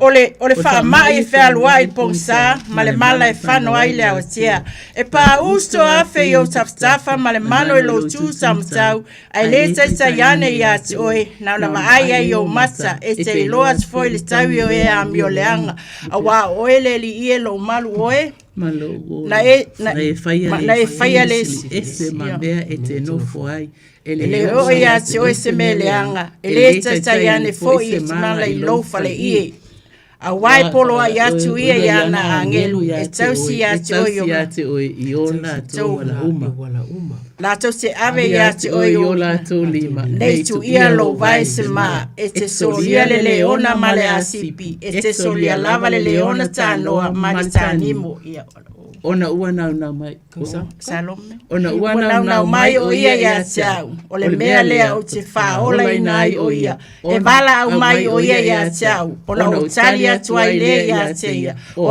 o te ia te ia le puapuanga o se lave ino ia ma o fatu puina lona maru o le o langa fafualoa e mali ai o ia ya tau o te faali atu fo ia te ia lau faola tanga ka maluia mai le suela na glory to God. Thank you, Pastor Toloto. Ia, e whaataua ina e tāua umale fionga le tu. Amen. Au lea whaataua ina. Whai upu e iwa ma le whai upu se funu. Osana, aleluia. Whai mai le whai salamo. A wā o oe i o vai. O lo umalu oe. Na e whaia le sirisiri. Le sirisiri esi. Ma mea e te nofo ai. E le o ia te oe se mea leanga. E le tai ane fo i se mala. I lo ufale ie. Mene. Whapea ane whaida. Whapea ane o le atua. O lo umalu o ia. A whaitau nei mai nei sisi me whapena. A o lata te ile anganga po le sipili ile na. Tu lo whaiele u whapena. Ia i whapea o aulana. Pei ole anganga le nao le mātou whaamalo. Si whai maile. E lua upuna na tu maulava ia te au whaitauina. O le upu le o oe o lo umalu. O oe o lo umanu. Me le pālangi o le shelter. O le refuge po le shelter. A place of trust where we can take our care. O le mea. O le mea tau te whaatua ina iai. E ave iai o tātou, tau te le mamā. E tau iai o tātou whaale tonu po o tātou tī ngā. Ia po o mea o lo o tātou polongai. Le e whai mai le whai salamo, o le malu, o lo o malu ia. E whaia le siri ese, sanga. E ma tuloto. E whaia le siri ese, ma mea e te nofo ai. Wow. Nofo ai, dwelling place. O lona winga. Iso se e kalesia ma le tele e te mi o ai retreat. O la ko retreat e o ko fa filesi ma ko ko konging tongi fa fia ile afi pe o le upu pe le si upu fo ngale spring up or well. Spring up the well le tusipa ia e pe fa pe na mai le salamo le pe fa pe na o inana ye o ma fa glory to God. So Jesus. O le atua e mo i fa mai tātou te malu ai o le mea tātou te o i ai o le mea moni lava o te mana o mātou te mana na o e avatu o la tātou mafutanga ma le atua a waile ai masesi mafutanga vāvala lata amen a waile ai masesi o tātou ele i o ini puapuanga amen o unei o le tele o puapuanga iei mea na o iai na o i loa ele i whaingo fie ai o le o langa la leo na o mātou mala malama i le atua ele avatu au ngani na alu le o te fiola i tu lo to sa fo lo me ele to ele you know me fa pena e avatu la e malu mai ate ia no sanga alu ale fa ya ma o file mu fa ya o file mu lo te tali tonu ai se o le atua trusting him daily bringing him all ave uma ia mea o te whaale tonu iai sa iri lo na fina ngalo tau te ilo uma po le alo na fina ngalo si au whanau o le ainga o le ekalesia o la e malanga o misiona o mea o le ale fina ngalo o le atua ia o lana fionga lava tātou te oe sa iri iai pe olona winga e tātou te fia maua mea ia fe mele salamu sa ili le malo longa o baile e tau te malu ya te e tau te no nofta mana ia le mea le upa sa mo fa pulo lo ai longa na lua vele talo pe yo ia so ia e ia mo fa pulo lo na i maumanga e te alu ta lafi ai mata malu ai le lai ia so ia pe a fai vele ia pe le winga ai te malu le ai ai fai mai a tātou no nofu ina o la tātou mafutanga ma le atua. Amen. Me ana e whai ia mātou tala mauso nei. O le mafutanga e le ai pole a lava. O le mafutanga vāvala lata. Ma le tafuina o le afi o le nā mafutanga. Wha oili wha aswa uina. I le tatalo. Au mai le afi o ngā le atua. O a mai lea fio ngā lea tua. Sa iri po o a mea te tusa ma mea ia e tā te o iai. Ia o na avatu lea po o ti ngā hina. Ia po o whainga tā le tino. Reisi si o tātou ele i o ni ti ngā le tino. Tau sanga ne wa iai ele o ni tau sanga whaingo fie. Ia ai o lea tua ma le wha moe moe. Ia lena whai nei ala utala ina iuso nei e whai mai paulo a lea ise ngā ruenga lea ise o ngā ro whatio tua. E ta tau ona po lea. E iai mea ona alfea. Ole tātou so sia lea o lea fionga lea tua. So ile nei po. A whai o ti ngā. A whai po a lava mea o e iai. Au e te mā. Au e te mā i lea tua. Tangi iai. Tangi iai e mawhai ona e lafi iai. E te lafi nana tapuni a lo whai to toa. Pōngi sā a tua. Ai ole mea nā lefa meri salamo. O le nofo i le mea lilo. O le mea lilo lava le nā mo oe. Nā o oe lava ma le atua. Nā iai lo na mamalu malona pa ia. A le te tangi. Le te ui o. Pe o le winga le nā o le mātou wha mālosi. O ka se atua ma tautia. A le ta fua le afi lea o le mafutanga. Ia e uma e lava. Ia po le atu vale atu i. Atu valu atu o. Va ai mai. Fa ai mai tangata ia lai pese mai le tio ala le atu vale. La tau tala mai fai mai Paulo le Filipi lua e pe tolu asanga fai mai. Fa mai ngalu lue ma mafa ina ia fa ai loa lo o to fa ola tanga I tangata. Amen. Ai se a male fa tasi male tapuai with fear and trembling. Fa mai ai ele te mule na ile. Ile atua. Mai e wha ai loa lo wha aula tanga. Ai sea, wa laenga lue mai e a maile le nau I lo loto, the desire and the power, ma le mana. E whai ainga luenga I fia ia. O ovano, ia ile nei o ile nei a fiafi. Ile mele ile atua, ile o se mea, ile o wha apea o le tatalo lole se vili ama e te mafuta e te masani ai e fa nei o tae au ma tu tae au lai fa ye leti la fo la ya ti de yo na e malo ti o le winga le na o le tatou fa malo losi I le mea lilo le na le ai tapuni rolo potu na o e ama le atua ia o le tatou fa malo si na sanga fa fitai lava mo lo tu fa longo mai ia a o le o matou o mai le taimi. O le ata tala tātou lai. O lai pule mai le. Ia tau te iloa to o tolu mātou. E lava te le. Lava te le mātou I te talo.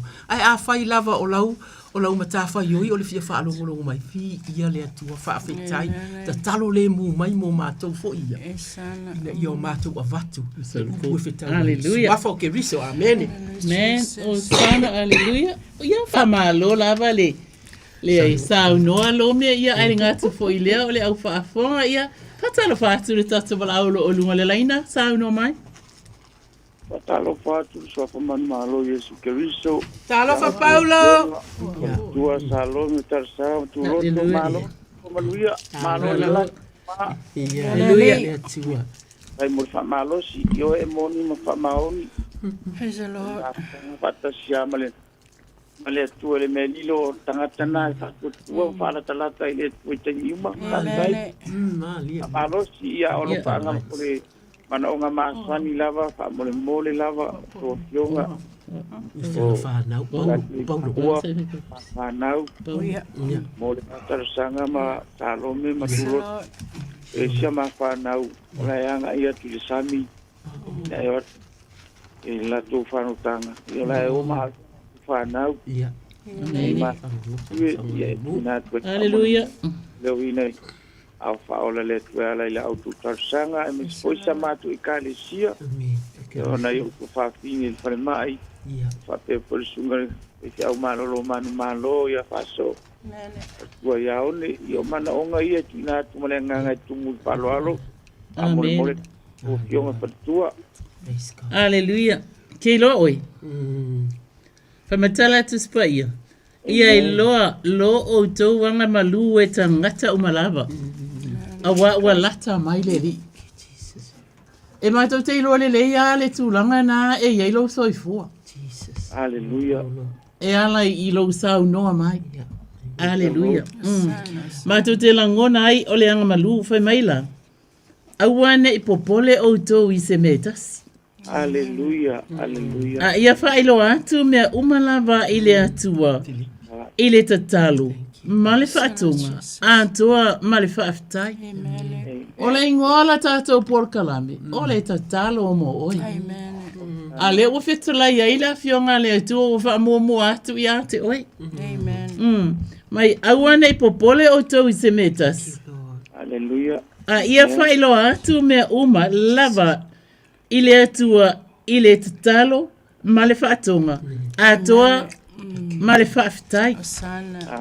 E le whailo atua i le tamapo o le li o le toa inga. Ai whai mai, e whailo atu i le atua. Alleluia. Whai mai, e whailo atu i le atua i le tatalo ma le whaatunga. A wafo i tātou te tatalo, tātou te whaatunga atua i le atua.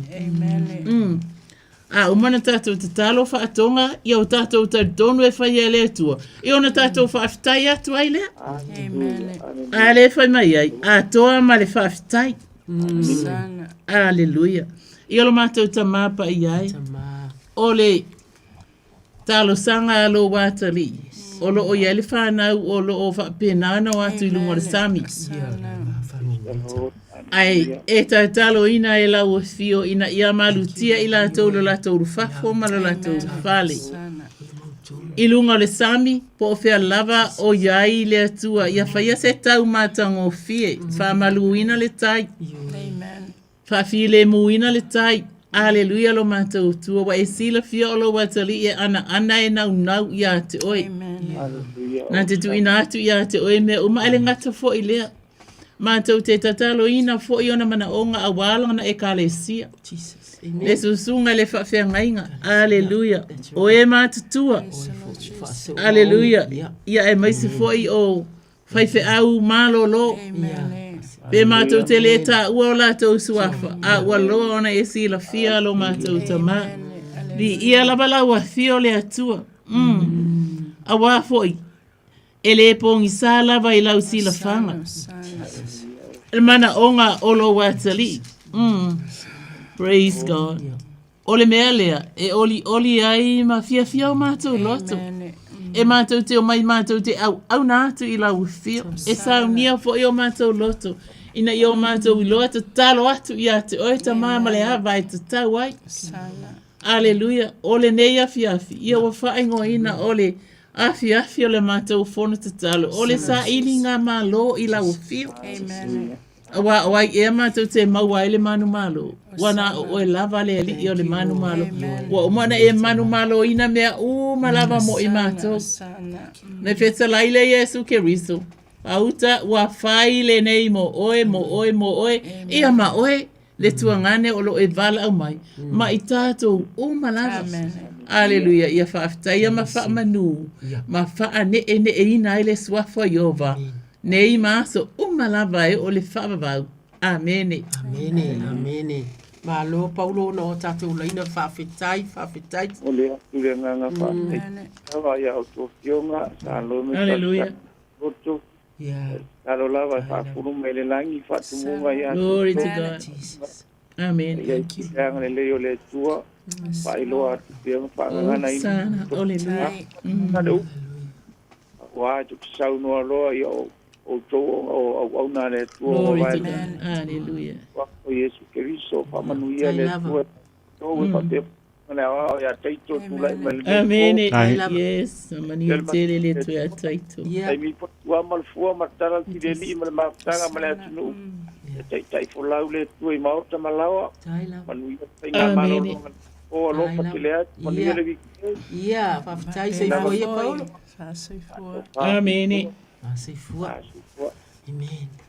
Fa feilo e atu le o le laina sa no mai. Ma lo le ona sa.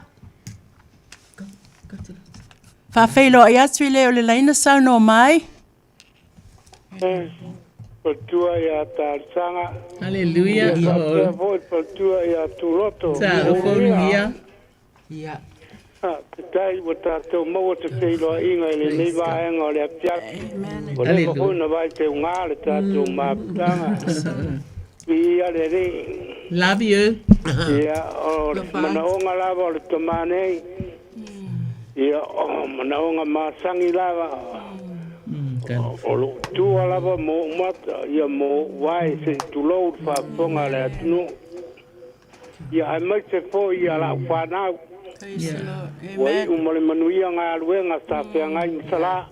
Nea. Amen. Monika fo ko amanga vamai. Ia ai mai se sion tina ia muri anga ep. La wa to el wa tu sio wa fine fa ngā luenga o le lava le le po. Ia. Siroina na mana. Poina.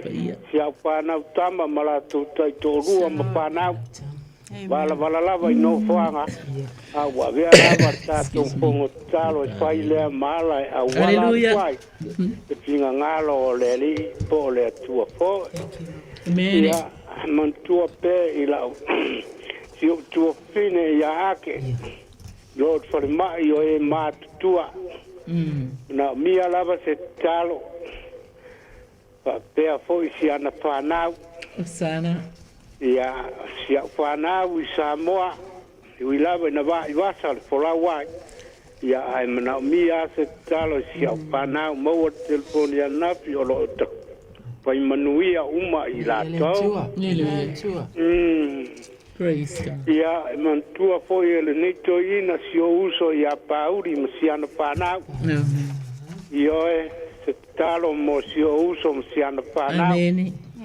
Tu ua ai poi le la maputanga ia ono le vala au pa ia la vale tua. Ia le ngata i leo le lautiele o le matou ainga. Ele mpoi na lau atu e. Pai si to tele. Ia o se manaonga leo si to ina il neia fiapi. Petai. Hallelujah. Ia olungia whaftai le atua wa e vala au mai au le ata o le upo le atua. Hallelujah le salamo a mose iwa tasi nei a fiafi. Pai pa suma lima. E vala au mai o ia tia. Ona o tali atua ile ia te ia. O au foi o ia o te ia te ia le puapuanga. O te lave ina o ia. Ma o wha atupu ina lona malu wa ila le matango fio le upa le atua mo oi. Aleluia. Wha mai e vala au mai o ia. Ona o tali atua ile ia te ia. O au foi o te ia te oi puapuanga. O a puapuanga lo mawai o sama. Wana o Yesu lava le tali o tate o mana onga. Ia tau atu ilu mo le atua le talo. Tua whamanu malo Yesu Keriso. E tu ina atuai le tamai a ulungia. O whamalo longa i lona tino atoa. O na mata o na vai tau au. Ua le haise me lilo i lau sila fanga. Aleluia. Aleluia whaatua tua matari tonu i le atua. O amea umai whanga ina i tatou le lau langi nei. Ai whaatua tua o lo soifua lo tatou atua. Aleluia. I el whamalo longa i le tamai a ulungia. El whamalo longa i lona sua fine i a ake. Aleluia. I New Zealand, i whale mai tangata mātua muli anga i Samoa. Ia iai lau whaamalo longa i tua fine i Samoa. Whanau ia o onga whanau i ngā luenga epi. Sala epi ale ngasa foi lea o le tamai a sala. Ia iai le whaamalo longa i a te ila ua whaamanuia. I whamanuia i whanau ia o onga. Ia i Monika o question. Ia whamanuia i la o onga. Whamanuia i ngā luenga lo mātou atua. Ia iai foi le whamalo longa i ona tua whawhine lana whanau i au Sitalia. Ia whamanuia i la tau. Whamanuia i foi si ana whanau i Samoa. Le pupu lo a aota mā mātou te talo pai atu pai ane lau whamalo longa i lana whanau. Ele ngata i leo ona tō whawhine wawa e whita lai lava a whaito te ole mai se mei lo ingoa o te whaia lava i le suafa manu malo Yesu Keriso. Amene, mamene. Ua wha malo wha tai ia o tōpul tua nei vaenga o le atiafi. Aleluia, ringia. Tai mi fo i o le atu wa marifua. Tala al sireri, alo whangia i le atua pui pui ala. Tau nu i a inga peiroa i manai whanau. I ia lere, i a soi fua ia. Soi fua ia. Soi fua. Fa malo lava tolu fitu te silima i vatolu. Fa malie atu o te fiu. Tu e vala au mai e maua lava lo wava no. Tolu fitu te silima i vatolu.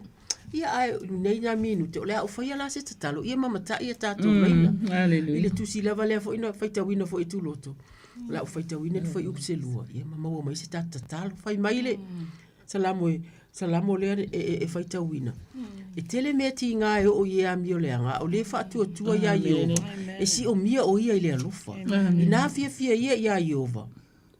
Ma oli o tau o e amia tonu. I nā analanga ia ma le fia. O tau uma o e ua wha amaoni. O tau loto Iova o aula mātou tamā.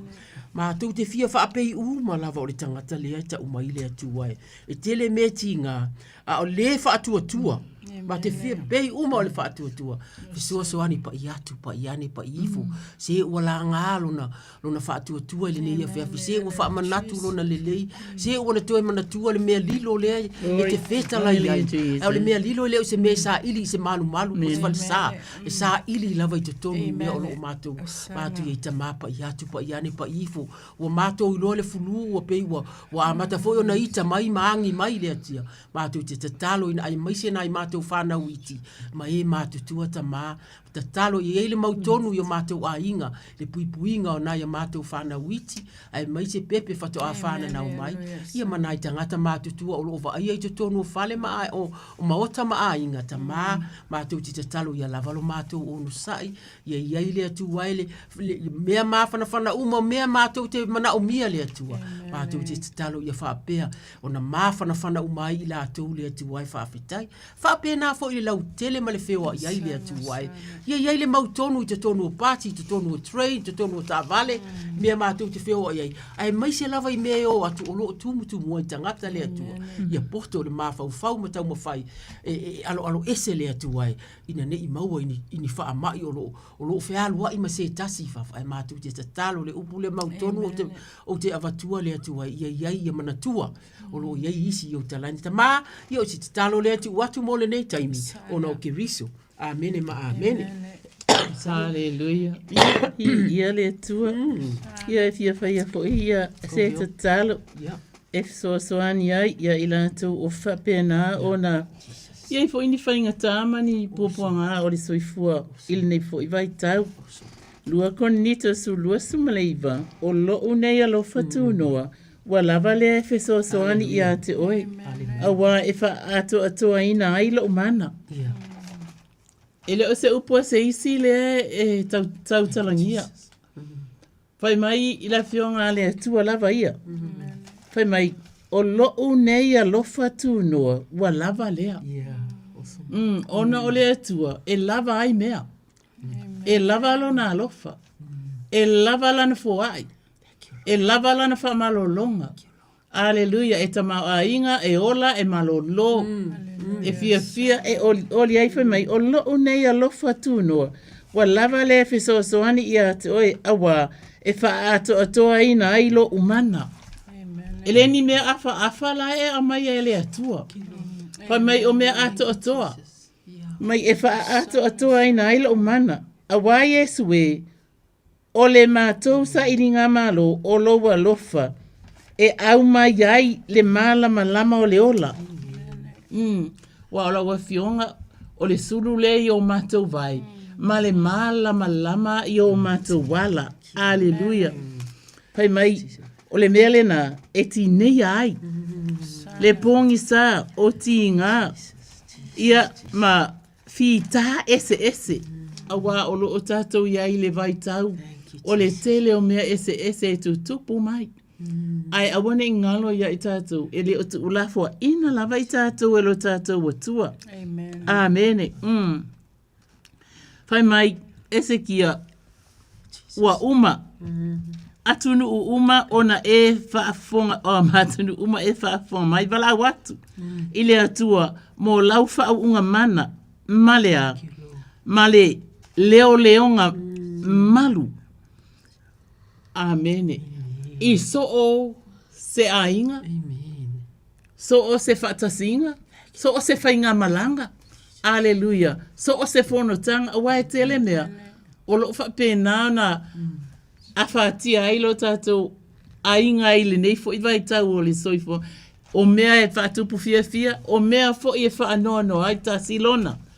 Tātou whaatua tua lava i le atua. O le unga e maua ai le fia ma le manpo o a mea whaingata. Aleluia. Awal popole. Awale ato atu vale o tōloto. Ai atu ina atu ile atua mea to te mana na awai. Wafa metala tu spaia. Olo o manatu mai o ia. Ia i tātou. Aleluia. Praise God. E ala i sua fa Yesu. Amen. Kora hambarara hisi giri anda. Oh, hallelujah. Ya aleluia saula ko. Fatalo fatu ile wele laina sau no mai. Hello. Talofa. Ya, Solomon ale telefoni ka mormore. Talo Solomon. Amene. Ya, que viria como se calo mocio uso lai no soa yo nga vai wa le mfaingu savari lo mau fo inga ngase le kingo. Ya. O ese la ungasa le swafa. O ese la ungasa? Ese la ungasa. Ese la unasa. Ya. Tai lava, tai Solomona ia. O ia se ole na, ole wala aule na. Ya. Ya. Ia le atua. Ma lo Solomona fa fetai. Fai mai le Solomona fa mai le fionga le atua le la unga Yesu lunga ole mau le o e sau tonu ia fai mai. Yo to le atu ona fo ina mai le ia te o to. Yo to sa ili ona o to maua ai le. Yo to tu atu o to ina ai le ia te o to. Awa ai se o le atu e maua ia. O le sa ili foi e iloa e ia. I to ina foi. Ile tu atu. Wow. Yo va au lo matou te make viso lo matou o li fa au la le nganga pa ia lo matou fisoso ani. O lo watali ile na Solomona. O la na vala au mai ona o lo na uso i nofsio e sera tama o na au o le fia ma wale ma losi tama ma te te tatalo le atua i lana ai o i mai le atua i le suafa o ke riso pa iatu pa iane pa ifo ia te ia a o la talata ane lana le lau fionga lana tusi pa ia yona talane tama o te tali tonu o lo fa ma losi i Solomona le atua a wa o le mea moni lava le atua le o vala au mai Solomona ona o na uso fai mai la wafionga a matou le o le atu mau te le maua pe e te taura matou tu e te tala le fai to a ma fa pena yo matou o atu fa atasi ma Solomona yo luma le atu ai le atu a wona i fa mai na i matou o le atu a wona i fa mai na Solomona lo na vala au mai mo si ona uso le atu ai o le atu a mi tonu o le atu tonu o le atu fai fa na o le atu fa fofonga le atu ai o le tua malo matou malu pe o le matou fa malosi ile nei afiai o le malu ma le paolo matou te la fiai fa alafi si ona uso e sera le atua ia mau le malosi le atua malosi fo a wa ainga wa nga luenga o feanga ia ia e mai se ni tiute le atua o lo ia te ia pa ia tu wasi si atu le atua nganga pa ia fisoso ani atu fa manatu ia te ia a fionga e mana tua mai ia o la titi lo na tupu ai fa manatu le taimi le nei e mo miti ia e tala no ia le atua ile taimi ma le taimi fa fitai la tala no anga malo na uso le atuai e mauai fo ile si mai fo o le mato wole le atuai a o yai se tasi o fa pe na pe o le vala au mai Solomona ta ma asi atu ona le suafa o ke riso wa ole atuai amen ma amen Mona ya paskaya ya ke o ko fa de kua haleluya ya fa ia so fua manu ia tele Solomona so good hallelujah Ia, lele isa tata ai tolu fitu tasilima i vatolu. Ia, faatali atu lava sanga tu loto mau. Le bala au mai, ia, le lava ia la ua le tofa po. O talo sana, po. ia. E tele a mea e tātou te mana na o iai. Ai le. No, go. Ai le tarito nunga o tātou. Se ilonga lava tātou te tau wala au i le atua. Ai lai mana o le atua. Tātou te tarito nu atu ia te ia whai mai. O mea ele iwa aia e mata. Ele iwa alongo fo i talinga. Ele i o fo i le loto. O mea ia o sauni ele atua. Mo e alo lofa atu ia te ia. O whape i mai loa lofa i le atua. Aleluia. Ia alo mātou fo i alo lofa i le atua. Ale la whai mai. O mea ele iwa aia e mata.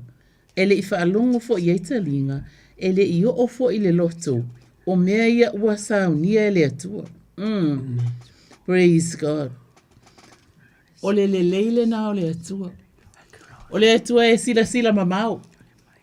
O le atua fo i e loloto la na sila fanga. Praise God. A le whai mai. A o le iwa aia e tātou. Wa le wana sila fia le atua. Mea nā tātou te mana na oai. Aleluia. Di ia lava le atua.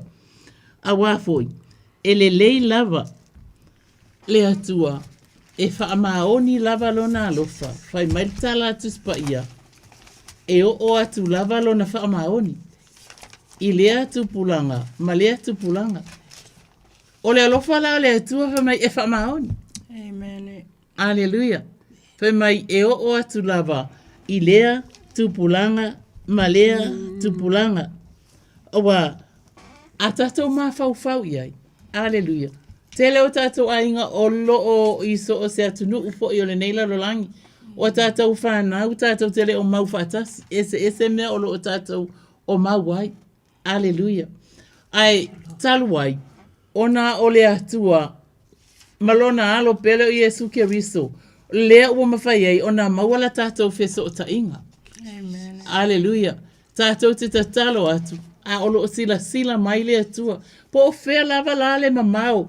O le atu nu o lo iai. A ero e vala watu i le atua. E pai atu ei a au. A au mawhala. A au alofa. A au wha a malo lo le atua. A whai o lainga se ngase. Aleluia. E ai e se me whainga tailo tātou atua. O le tali e le ai. Whai mai vala au atu i a te ia. Whai mai sa ili atu i a te ia e maua. Ai a vala au atu. E wha fofonga mai. O le atua e maua. Aleluia. A tātou sa ili atu i le atua. E le ngata ina maua le atua. E maua le mea na e te mana awai. Ali sa no me mtu loti. Yes, amen. Aleluia. E maua le atua. To e maua le mea le na e te wha ai loa atu i le atua. Aleluia. Tama ea. E le umale nganga o le whaaftai ona e tari tonu ina. A whai o iaini se o pōpuanga tia e le o mawhai ona bala au mai. E ta talo ina. Ina ia pa iane, pa iatu, pa ifo, ia iau a ao maa whanawhana. O a ao anga le lei, ta maa ea. Au ieni se o mawhatia ni mai. O haitu ai ngā mai po o tō tōnga le tino, po o vai, whaamole mo le whatu lai. E lau o fio. A wā alo fina ngalo le nā. Ia mawhai ona mātou tūtū lai. Ia mawhai ona mātou whaalongolongo. Ia mawhai ona mātou vava ai atu i a te oi. A wai o mai ai lo mātou sosoani. O awa fionga, o lo mātou sosoani. Ele e mai stangata. A lo mātou sosoani. E mai ai e ova lea. Amen. Amen. A wā fo ila, e sila fia uma i ova, mea e mawhaina mai, mea i tātou te mana o. Langa o ia na whaia i tātou. A leanga le lima, e mawhaia le atua, na wha malolo le lima. A leanga le mata, e mawhaia le atua. Ona o ia. Nana whaia uma mea na, ai whai mai, bala au atu, ona tali mai ai lea o ia. E ala le suafa Yesu. Amen. Amen. E tolu fitu ta silima iwa tolu. tolu fitu sili mai va tolu vala au mai ia i se o e loa pete o e fi a lofa ia ale ta ua mai le ngo ia vala au mai pe mat ta tu te talo a ole la tu lo te bolisi ta talo haleluia ia tia pia talo mo la tolo si mai sa mo nei New Zealand lo mana o mia le fa malo longa ia inisio fa pena na mau i le kensa ua avia lava nei mai fa lave fa na wale ia ma toti tu ina ile atua ia lana fa malo longa ia aingo lo si mai nei o fia mau sosoani ia uana o le atua lava le tali o taso mala o festa lai lava le atua ile Jeremia sol fai upe sol vala au mai a tia ona o tali atu le ma o faali atu o me tele ma le fainta fa mai o me taso sele ilo au me o saunia le atua mo lana fanau o ia lo fa atu ia te ia tu ina atu ai lana fanau o ai lava o mau ai mai o le kensa o le to ai ngā mai le suka, aleluia, ia o le tino, po ngā iwi, ia mātou te siti atu le mana, wa umana whetalai Jesu Keriso, ia o tau o mai a tia o tau umai tinga ina maftia venga, o au e malolo ai o tau, ia o tau a moina la uamo, ma ia o tau wha o ia tau, le anga maluma le loso maulalo, o na maua le o tau le malolonga mo tau anganga, a wai avenga o fia la uamo, o la ua venga fo e mama ia, ile suafa manu malo Jesu Keriso. Amen, amen. Amen, malo tu lotu. Ono. Tolu fitu silima iva tolu. Ia. Ole au fai ala se te talo, ole a fionga la vale atua mātou te to umanga iai. Le fionga Isaia, ole atua ole vavau o Yehova ole o fai aturu inga ole lalolani. Ele vai o ia ele tinga ina foi. Ele masu e ina no na mafau. Na te avatua le malosi ie o vai. A o ele ai se malosi. Na te fa tele ina le malosi malisa. E vai matinga ina tama matutua. Tawele a foi e pa u lava ila te o se tato va ai. A o e fa tali ia Yehova. E tu e whaafu wina lo lātou mālosi. Lātou te si ia e apa au e pei o aeto. Lātou te whemo ai le vai. Lātou te sāva vali. Ai le ti ngā ina. Tiu te whiwha pēnā. Iova aulo mātou ta mā. Mātou te ilo. I suafa o ke riso. Mātou te si ina atu ma tau atu. La o fionga o whaitau ina po. O ai lava o vai le mālosi. O ai e toi fia whaalongo i upu ia o le vai. E avatu ma e whaateleina le mālosi le atu ai. Mātou te tatalo le atua pa iatu pa ifo pa iane ia te ilatou. Po a lava unga ninga o le tangata ma le tino. Le atua a whai o vai le alu le tapo inga ia. Atono le asasa nei se asasa le vala au le wo lai masani ona la tala noa tatalo mai moia ia o le fo o mato tatalo atu moia tama mo ilato uma lava ile suafa o Keriso amen ma amen haleluya le wa yali tato vala au tolu fiti si me vatelu le o tali mai le tangata sauno mai aftai lava oui ia o le laki ia ile ava ma fa alal fa aftai ma lava mo o te leo la manui o me ko la le ia me lava tasi nei lava tawi vi mama le po sa fa le ma ia na nafi ile ava ma fa alo ia pa manya foi mo se o fa nau pa me mole ia ma se o ai nga foi o se mtoanga le nga tele si ai nga si to lua e ma na ia ma ia lu ia to fila lu ma si o na uso Ia mar palo alma se e kalesia uma pa mole. Amen. Praise God. Oh, tuloto. Hallelujah. Wasila ti Yesu le moto tangata. Ona maliwa e ile o ia ile maunga. Wono fua ilalo, ona o mai ile ona so o ia te ia, wa ia fitala ia tu ma o ati ia te ila to. Amu ia e mati tiva ile nganga. Awai o la to le malo le la. E ele torto nunga wa fa pena ona e o ye to inga mativa le a e tina e te ta mai lava ia o mafatianga a le fai mai amu ye matitiva le nganga a wai o la to le malo le lang aleluia fai mai amu ye fa no noa aleluia awa e fa ama fa na ina ila to e langona fo i olo e anga malua i nei mea olo e tautala mai ai lea po ma lea po fai melitala tispa ia amu i anga malua a wai fai mo la tau tofi o le nu te ilo oe e ai tofi nai fai tautali mo oe To angai pea po ama ftianga matinga e ia le tatonunga. Hallelujah. Olo o nofo fa tatali le atua fa mai. Amu ia e fia ai ma fia inu ile ami o tonu. Awa e ma o ona ila tu. Hallelujah. Pai mai amu ia e alo lofa ati. Awa e alofa ina ma ila tu. Aisea. O lea lava e te wala au mai ati ngā lava mawhatianga matinga o lo o eiai. E te wala au mai lava e lo whaati a pai, e lo whaati a la whai, e lo whaati uso o uncles and aunties. Whai mai amu ia e alo lo whaati. A wai a lo whaina mai la tō. Whai mai amu ia e loto mai ia ma lo fwoi. Alleluia. Whamani ole atu e lo loto. Alleluia. Amu ia e loto mama. A wala tō te lo atu le atua. E ele tatonunga. E ala ona e wala au mai pia. Ona e te iloa le atua. Alleluia. O le wala au atu iai. Wa ana o sistema tuma fiu. Alleluia. A o lea lava. Pai mai. Amu ia e loto mama. A wala tō te iloa atu le atua. Amu ia e whaatupuina le filemu. A waeta ua ilatu. O atali ia po a whawhine o le atua. Amu ia e sawaina ona o le ami o tonu. Yo sawainga o ima e makinga inga wa peo meanga au ma whaitaita. Ka ke whaalongo ina pe wa sawainga lo taola. A ia. Alleluia. Alefa amu ia e sawaina ona o le ami o tonu. A wala tau, a wai ola tau le malo le langi. Ia o tau pe ala tau upu le anga. Ma whaasa wa ia tau tau. Ma la tau tua ina pe pelo o tau i mele anga uma ona wau. Le atara tusi. Pe mai ia o tau oli ma fia lava. Kei longa oi. Ale fai mai. Fai mai ia o tau oli ma fia lava. Kei longa mea la ilo kaui. A wa o le langi lo o tau e tele. Amen.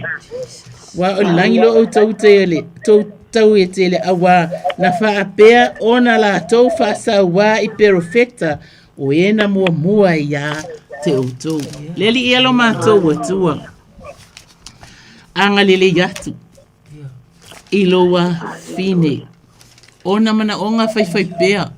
Ele o fiu le atua ia loa fine e tau watu tau mai ele mafo yo ia e fa ai loa mai ona mana onga ai tonu o ia foi o se alo o se tama fai se au tala ina lona lo fine ngalo e ia ile tonu ngale atua e ia ile malo wa umana e saunia mo ila to uma o e tu mau pe ile fatu tua po a po nga ma fainga ta e o mai e le tai me ma vai ai. Alleluia fai matala o to o le mala malama o le lalo langi la o to. Fai mai ele ma fai ona lilo le ai e tu ilungo le maunga. La to tele tu ina fo ile la me pa ma tu ilalo o le mea e fuai saito. Ai tu ilunga lava ole tu ngala mepa ina ia pula tu ye oi fale uma ala le fa ye oi e tele o tu ina lava ilalo o mana onga tu ina mai lo ainga ele o tu ina mai lava lo tu ipea ile atua aleluia le ala fa mai la tu tele tu ina fo ile la mepa ma tu ilalo ole mea e fo ai saito ai tu ilunga lava ole tu ngala mepa ina ia pupula tu ai ie oi fale uma ale o mai lunga lele ki ole fa longo mai le lalo langi uma aleluia ia le atu lo mato tuma anga le ya tili lo wa fini e tatalo lava se e o popo ia te ia yo a o fa ola fa ma fana lave ai o ilato umana ia ta ua ile su wafa manu malu Yesu Keriso pa yane pa yatu pa ifo a o ma fana aleluia lave ai lo wa fine malona ainga ato uma o fea uma o yelona ainga o le ngalo ilana talo su wafa Yesu Keriso leli tani mana o la ufio o le talo le atamai ala ilo su wafa Yesu amen amen le laki ia whaapitai lava i le ola malmalosi a pia foi o tau sa tolu o te mua mone mai lo wolang a tau tau singo matolo kona tau matolo kona ia le foi no sa nema a mai o matolo la sa foi ne o te mua mone o mai ai lo wolang a tau Ia o le alo ma whaalo al whawhetai tere to lof ma le angale. Hallelujah. Se tai mo te vili atuai ma o lava o tole a lof. Hallelujah. Jesus. Ia maria le atu ia te whaetai mi e o maltato nei le son. Ia whamania le atu ia te o tau ia ma whaalo lava. Ia whawhetai tere le lof tu noa. Ia tele, te whasai fua le laki. Whasai fua. Amen. Ia le atua a fai o e o lo whafofonga mai a e vala au mai lava e vala au mai lava i siona a inga e lau uma mai lava le tau si matua a le tātou te a le au fai te talo a le o sau le tātou vala au sau noa mai a Kalofa si o lofa kalofa la wa fionga le au feta lai mai a Koe au le ma ma por kala mea. Le ai lava tai. Whafkai la vea ko kinga ale maruru ai le whai alo ko. Hallelujah. Ngau kako por kala me. Ia vi ia le lo fa male. Amen. Ia. O manga onga singe ko inga. Mo akula va si o mako ko mama ko le pe fo va kulunga. Ako por kala. Ia o kelea. E fo ko ki ama ko. Tama kelea. Me fo mai o le ai skonfi. Ia mga kule wongo masinga le kalu me mo a. Yo la kalo amar fakawa nga uleri kaya Malaysia. Alo fangia ko ku kasi songa mango ia. Ako ngo inga renga ko e nga mo ia le kale ia mai so le inga mar fanga. Yo e ia ngo mo ko ro so fu. Ne. Paruango. Ia. Yo. Paruango. Ia. Elo fangia e de kua. Yo e kalofai. Ia na malos. Piti. O fangia ka. O kam fai ka ko fa ku ia o le kala lo mo ko vole nga fakia ko ingale. E si ka ko nga ko fai. Ia. Yo fa ku ia ka ko fa mo de ko mo kla fa i de kua. Amene. Ngai. Awa umaro sa i ngal ka ko sa i de me ka. Amene. Ia. Ia ole vala wa kunga ia mangkoi polo kama makua ya kelea. Ia. Ia ka ko kar sanga ngai po. Ia le tu. Ia fa pe fori kinga ngai ainga. Lo kinga makua ya me pelin uleki. Ia. Ia. Ai fa pe si ko fingi sa mo mi siang fa nga u ya u diana simo. Ia. Ia ole asosaren ke nginga ko e longa fix full lima kausang ia fa kai de lo fa mala e ringi kausanga fo e mai tu fa fine ia ma si u so la ki kinga fon ki mi si on ko ru mar fa nga i mo ala ia wa pe o ma an mo pa ia le ka o mo pa ia ia le atua ia malo ele nga ya wo ma ku o ri kaya is ia ina mako e kare sia ia ma ngai wo ai mafuka ia alo fangia le ko ia kaulu ngalo fo ko ki ngam fi kam fai ka ko ba mo sia le so fu la le a ki ko ka mam ki nga a ka ko fe lo fo sim ni je dum mo dum nga ia ole va la wa kura ia ui Amen. Malero, yo e malero, yo le vo mon kusile ngoli. Ora le vo mo. Ia. Ia me ngi fo ma ko ro kwa mo mal kamaro. Ia, nga me sidi nga ye de loko. Aftai. Ole me la ye ole kaukala yo ba ko fo le ngala ye mo kauki. Ia. Pe al tama. Ia. O mo fo le lo. Pe grandpa ma de. Ia. Ai ko lu a upu. Tama. Alo. Amen. Wow, ia nai te talo. Ia le atua. Tu mai. Ia. Ia. Ia. Malo. Ko ai fo ia. Ka ku kar sanga nei po. O le roi. Ia. Ia vol kinga la ingalo. Ka wo pe ma wo ma yo kinga. Ia. Ia nga wo ma ku ku wa. Ioi sa. Ai me fika. Ai me fika fa kar so fo nga. Jesus.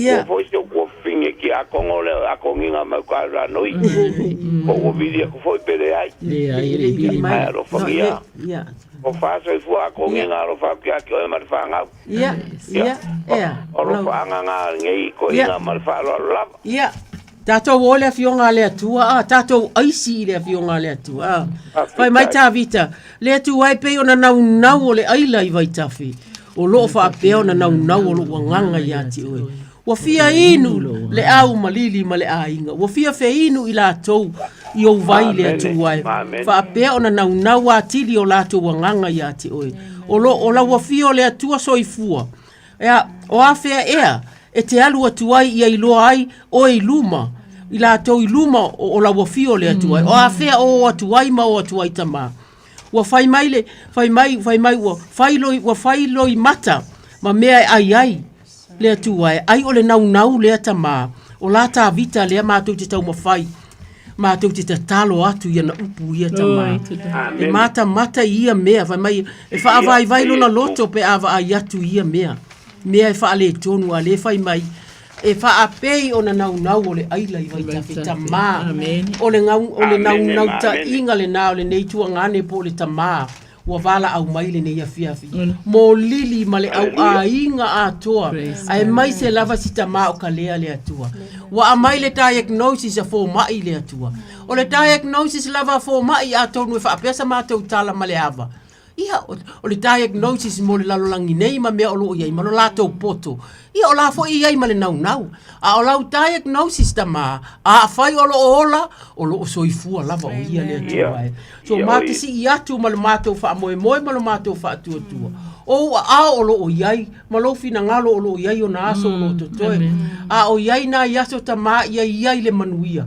iai le fia ina ia le va ai atu ia le au malili ma le ainga e mai se le lautele o latou ainga o pale mai maatia si mai ma fesili mai po o a mai tama ma tu te tatalo a vatu i lona loto ma lona nganga le nau fa ai loa la wa fio ya ke lea fa ai loa Yesu na maliu ona o ia le atua e wha a mawhana atua i lona loto i nei taimi whaingata le atua ma tu te tatalo le atua ya Leroy ma la mawhutanga ya avea Leroy ma mea fia ya te ia o taimi e asi ai ma wa ai le atua e tu watu i la wa fio wha a pena le a inga atoa le atua e le atua o atonina atonina i Samoa fono ti ma moeava le atua le tita o Juliana Simone ma le ainga atoa le atua ai o la ona wo matutua o retire ma e o lo malato mafuta pea ia ai mai se fo i lava tama ia la ua malili ma la ua fo i tinga o le tino a o lo la ma fa ia lava ona tausi ainga tama le atua o la ua fio lava e tangi ai o la ua tia mātou te pūno nou ma to o tuli ai o la ua fio fo i mātou te awhe atu iai ma mātou malu ai le paolo le te feta lai ai o oe le paolo mātou te malu ai le atua o le mea lilo le nata mātou te nonofo ai lea e tautala mai tonu ai alo mātou tua ngane le ni api le atua fa pena le atua ona fa sala la watu ya te ia le atua ya ke lea o lo fangia ia i tatalo o lo manatua ia i tatalo o lo tau tatala tangadi si tangata e ta watu ona mana o le atua e fa o Sofia ai fo ilo na fia malona nganga e o ai au le ai o ia o le atali o le atua o lo fia mai tama fa o popo mai le mate o tatalo le atua e a watu o anisi mea o lo fia maua le lato ainga Samoa New Zealand ma le lautele o le lalolangi fa pe ona fai anga le lei fa atino tama le mato maua se vi inga mato fa longoina wa pese o le vi inga i se aso o lata mai le suafo ke visu amen Afka kere a ke o ko for kua hallelujah o ka sanga for nge fiafi ma manga o nge ko inga ya lo fangia le kua lo ko so kurui Hallelujah. Mula ko wa fe au manga ruanga o ko na pa ki ai hallelujah aya o kaliu ia ainga ia mo au ready yo ko wala ile manguia vi ia e su lo ngalo fom lo ngalo hallelujah thank you Jesus ko fa soifua lili male ainga Leroy soifua fa fa failo ya tu Praise the Lord. Ko le ko yesi. Fai sa tata, fai sis tata. Aleluia. Ia ole au te talo mo ainga o lo fia mau so swani nei New Zealand. Aleluia. Aleluia. Te talo. Aleluia le au me se upu mai le fionga le atua. Ua sila atu Yesu ia te ila tau. Ua whaape atu. E le mawhai e tangata na o le atua. A wai mawhai mea umai le atua. O whaatali. O iei tangata o lo whaatali ni o la tau malaonga ni whale. Ale ngata fo lea le lava le whaasoa. Aleluia. O lo iei matanga luenga. E o iei lana whanau. Aleluia. Nisi foi o lo fia maua ni mea ai ia mātou te tu ina atu. Tama ila ua fio o oe o le atua whai vāvenga le atua tali manao. Aleluia, tu ina atu ai ia wha. Toi si ia la tau totongi tama wha mole fisosoani ila u whanau. A inga uma Samoa, a inga tonga i loa wha Samoa. Ia mātou te si ti atu ila ua fio. Wa wai feta lai lava. Aua mātou te pole ia wha ilo atu mea uma lava. I le atua i le tatalo a le wha tonga ma le wha aftai. A uma na e maua ni mea na e toi whaftai le tua wao nisi e maua loa mea o na ngalo toi whaftai le tua ai te leiloa o na e sila mai tama i ate o e wao lo nofo Yesu Keriso te tonu i ate o e toi whaafo i le vi inga i le tua e to se fulu le pela na o e whaamalo lo pau ale upa Yesu alu e whaali o ele au osi taulanga whai mai lale tāna Yesu o whea le toa iwa toa tasi na toi fo e whaali toi whawhetai le tua ua malolo o le toa iwa ia ua o e whapena le o langa lo tātou iai tātou toi whawhetai le tua i me ua foa i mai a te tātou e iai taimi tātou te vai ai o lo tū lava le tamai ai tātou whai mai Aleluia, o te tū le pui ma tui atu. O ai se tasi e whaalonga mai lo leo ma te tala mai le pui.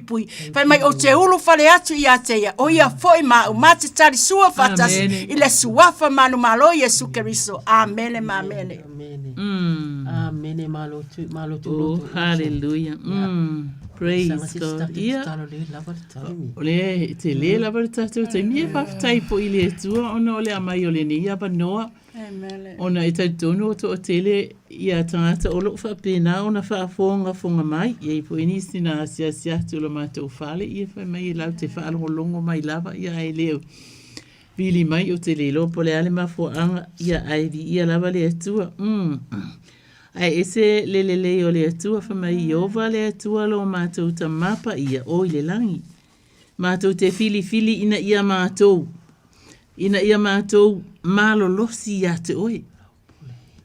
E mawhai onga ako malolosi. E mawhai na tango le atu e wha malolosi mai i tātou. O tātou fo i tātou te wha malolosi. Amen. Alleluia. E le wha malolosi mai ale tua e ta oto lava. Alleluia. Praise God. Whai malale e feso. E ono whai upo e se fulu. Se o se malvalu. O lau to e upu le nei. Whai mai ia o tau loto te tele i le alii ma le malosi o lona mana. E se le o le atua e le tu au noa ina lava i tātou e le tu ina tātou ini mea vai. E le au mai a tātou ini mea vai e le atua e whai mai. O lau to e upu le nei ia o tau loto te tele i le alii ma le malosi o lona mana. Pai maila ia o ofu o tau i ofi fata o lea. Ia o ofu o tau i ofi fata ato o toa mai lea tua. Elengi ofu o ingai afa po ngi fasi ofu pe nga le lau lava pe nga le ia whaikanga. Ai whai mai. O ofu ato o toa luminga afa i o tama ia ofu mai le miki afu ma le ofu ma le ia lava a ko uma ia whai maila ia o ofu o tau i ufi fata o ato o toa mai le atua ina ia o tau mawhaia ona te e atu i tō ngawhiti ale ti Apollo. Aleluia. O le ki Apollo o le mea whai kongo whiki. E kilo mai le ki Apollo wa e le lei i kango le whai kongo whiki. A whape o se mea le lei wa kango wha mimika oi. Risi foi ko nga mea whai a fiu loere. Ia kango foi wha aleanga e mea ngai ke ngai whaia. Aleluia. Ese ana awala e tau mawhai ai. E ti nei alo fia mare fia o le atua ia te oi. Aleluia. Whai mai. A wāta tau te le tau matangata. Vai. E le saure si e kau le tangata e tau mara tangata mai. A o ali i sili. E le inka mai mea ia kako ke kau. Le whai mai. A o ali i sili. Ma whai pule. Ma ali i o le pōuri uri. Whai mai o ali i sili ma whai pule o le pōuri uri. Ianga a mea pōuri uri a. Ia ama ia le atu. O iele. Ele ki apolo. O lunga mga o. Inga ia. Inga ia kako pōuri uri ma kako le ilo se mea. Aleluia. Ile neila lo langi a toa manganga leanga o mea o le langi. E hei fo ianga leanga o isi mea lai le langi. Aleluia. Whai mai o le mea lea. Ia o tautango ai ile o futau a to atoa. E ke le kangolanga le amayola le ofu kaunga le ulue e fufi ai. Le ai o le tala tuspa ia o le o futau a to atoa. O nai talu ai, o le atua, e le whai mea afa ia te oi. Nā te au maia mea a to atoa molo soifua. Ia malo fo i ola. Whai mai, o futau a to atoa mai le atua. Ina ia mawhaia. Ona tutu mate te atu pe a o i ato vale. Olona winga, ale ako alo o futau malo o futau. Ele mawhainga ka kuku i luma. Awa o lefa mentala tuspaia. Ina ia mawhaia. Ona o tau tutu. Mate te. Pe a te atu. Pe a o ile aso vale. E iai aso vale. Le fui tato te whaalongo longo whai mai o lo o iai aso o luma nai. Whai mai e iai aso vale. E iai aso e o mai ei popo ngā.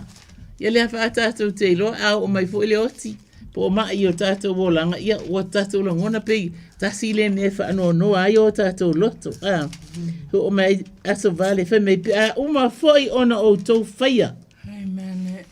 Aleluia. O ia mea uma. Tau te tu maua I lava. Longo wingana ape umanga eke ke e aku I mea ia mai kau whaaleanga oi. Whai mai la ia lea awala ke alo e se ai. Aia, tu wai ngā. Tu maua I nā. Se ia toi a fio mai e su. Alea. Tau te tu maua I lava. O le nei. I nā tu mauia o tau. Si? Mai I nā tu mauia o tau. Ia fusia o tau sulunga titi. Ilea, ile wha maoni. Kele kanga ka le wha maoni. Aleluia. Kele kanga ka wha aloko lua. Ia, ngai kele wha ososonga le fili male te apolo. E tau mawhai e wha maru e lue oe.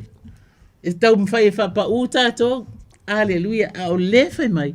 O le nei. I nā tu mawia o tō. O fusia o tō. I sulunga titi o le whaamaoni. Ke lo lengo o le sulunga e ngai fusi e lau ia e maro ofu. O le sulunga titi o le whaamaoni. Hallelujah. Praise God. Ia o ofu foi o tau I ufi fata o le ami o tonu. Wow. E ufi ai lau whakawhaka. E ufi ai lau fata. E ufi ai foi o mātou fata. Ilea. Ile a miotonu. E maa o mea lalo tātou whaia o le a miotonu. Aleluia. Wa alo sa ili mai I le atua ia I lātou o lo o whaia a miotonu. Aleluia. Praise God. O le leile na o le atua. E le wha manatu mai mea tātou te whaia. E tau longo mai mea tātou te whaia langa e tele tai mea ngalo ai. E te ia wa ia si mea o manatu ala tangata ia o ana mea na whai wa lelei. A o lele wha manatu mai ele atu o le nei.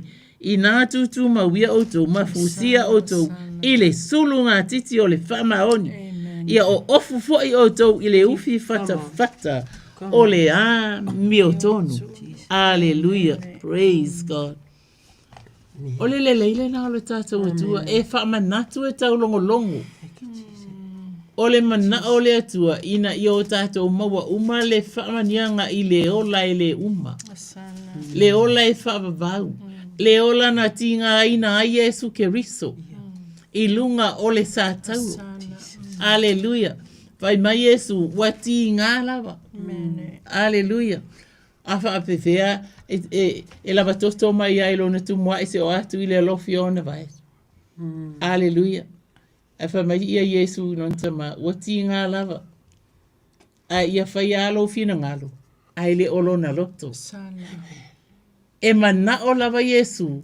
E uia ona o ia foi o le atua. Ai mana oa. E fai le fina ngalo olona tama. O le na awina mai. O ia. Ia fa pena foi tātou. O feme awina ia i tātou ele atua i o tātou vala awina. Ia atangi ai fōlinga. Mami o ngā le atua i lau soifua. Malo mātou foi ola. To tonu o tātou a inga. Aleluia. Mato tonu o ngā luenga. Mato tonu e kalesia. Ia mato tonu o mea o lo o tātou wheoa iai. Po lunga le pasi. Aleluia. Po lunga le taxi. Pesa vali lunga le awala. Fai matala tu ia atangi ai. Ia ilo ai le ata e te savali e tu ofa mabui. Pa iri kinkiki lale. E se anga mionga, e se lelelei. Amen. Pa ilanga sa wā le kausulu oksilo makuara le rubusa whaku ilunga. Ai kai ilanga ako. Aleluia. Ia vi ia ile atua. Praise God. Sua fa Yesu. Amen. Amen. Amen. Malo. Ole faisita talo mo tato communities. Amen. Fale pui ma corrections. Social workers ma lato ngā luenga ma pui o whanau. Ia ai mai se agencies uma lava ye o Tara Health. Ma isi lava ye mato uso ya walesi. Amen. Ia ma isi uma o tato tapo inga o ngā lulue. Ai mai se ai mai se lava le avoi. Ia nai whanau tangata mātutua. Fai mai le fionga le atua. O le talifi le mu. O la ufai o le talifi le mu le li se nai le ita. O le upuati ngai tu puai le ita. Wow. O lau fai vau e popoto e whaafia tangata i le poto. A o ngutu o e vale lea. E luai mai ai le valea o ita ma o fionga i le o ngutu. O lo i mea uma lava fufonga o iofa. O lo matua sila i e a mioleanga mai e a miolele. O le lau fai vau e malolo ai. E malolo ai. O le malolo ai. O le lau faiva e malolo ai. E malolo ai. Te loi Samoa. O le lau faiva e malolo ai. O le la au le ola lea. O le lau faiva wha pio. E momo ai le loto. Momo ai le loto. E te e atu le vale lea o atu alon tama. O le usi tai lea o ina.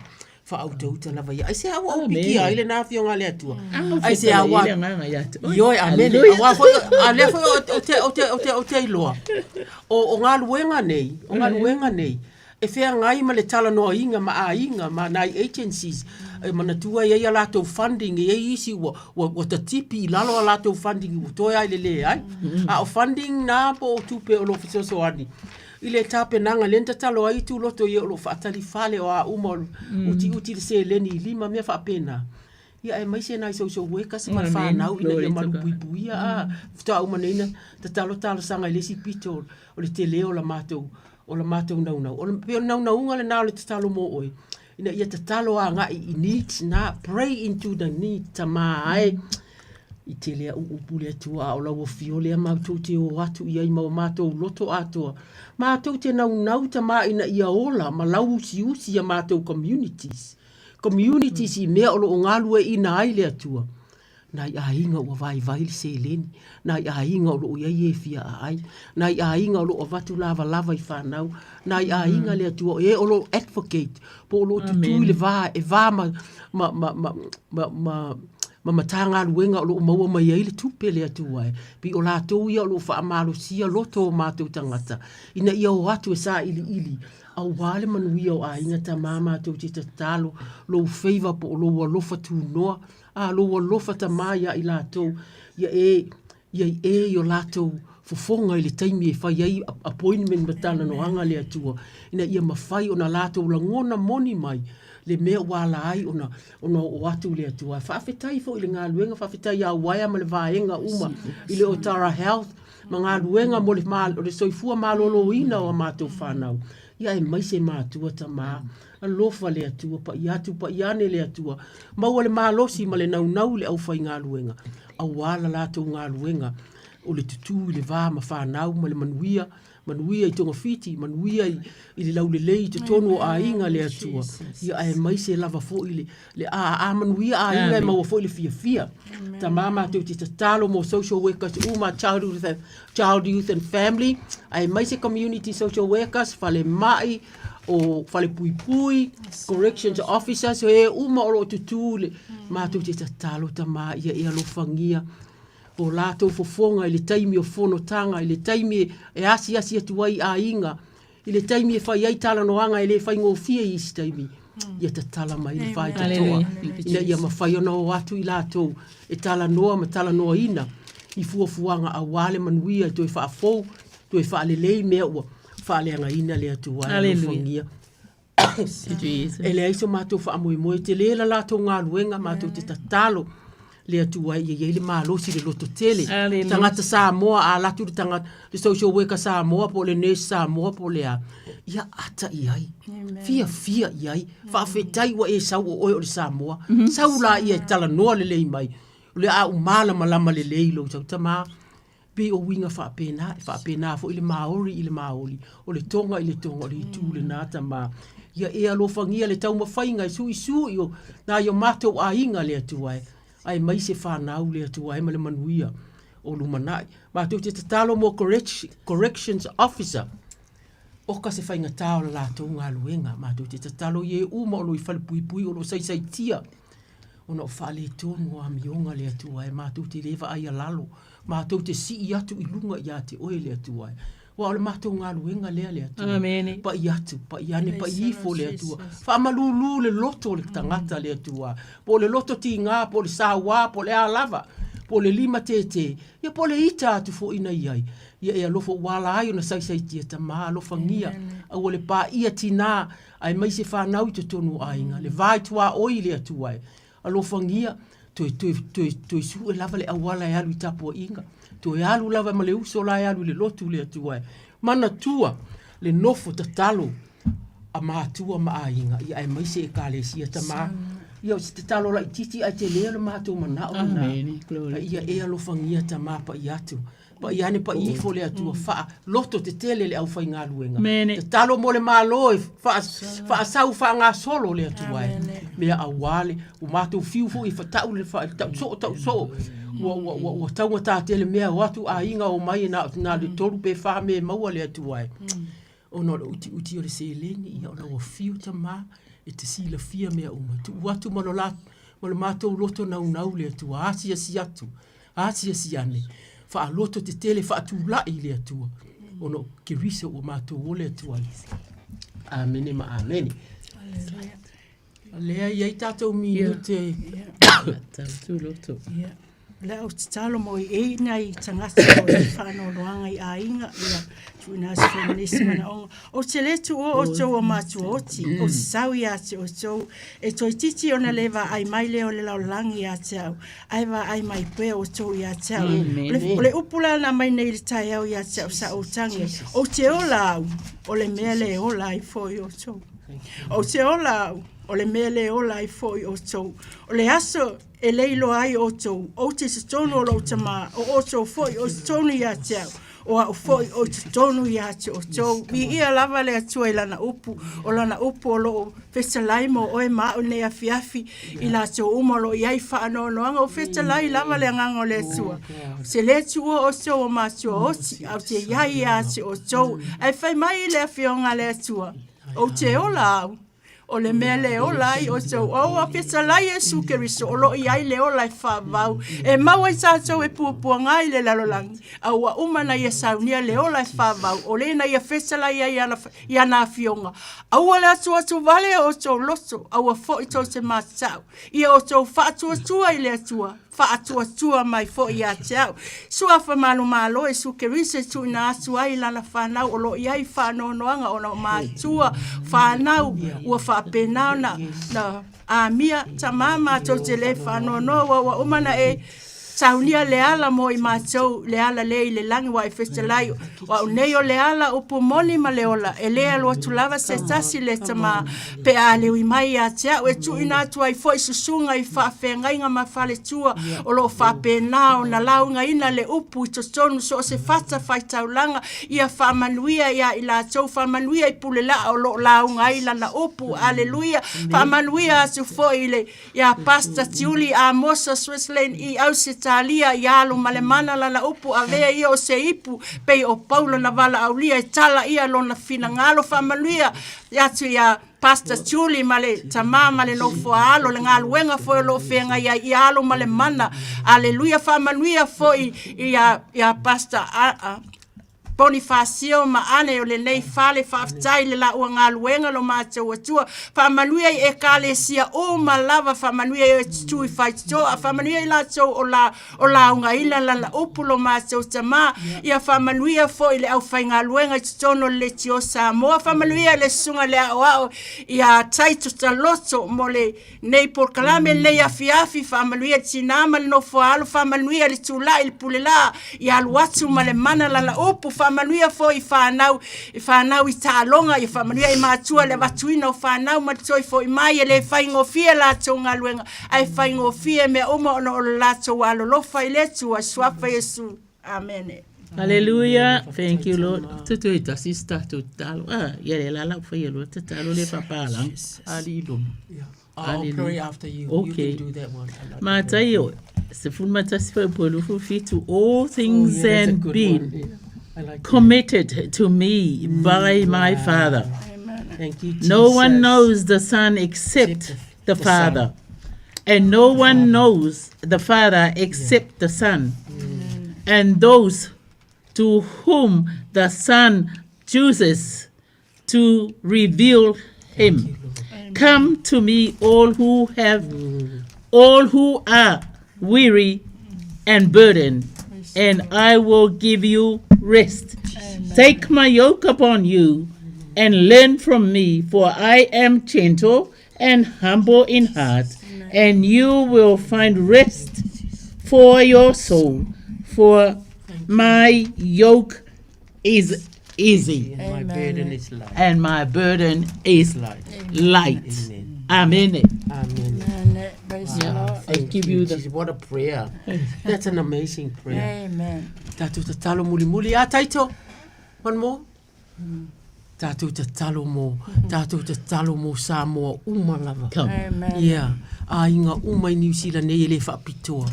Ta maa e mātou te aunga ni atu I o mātou a inga uma I New Zealand nei le atua e iai le mau oa e iai le o ngā to tonu e iai fo I le mativa.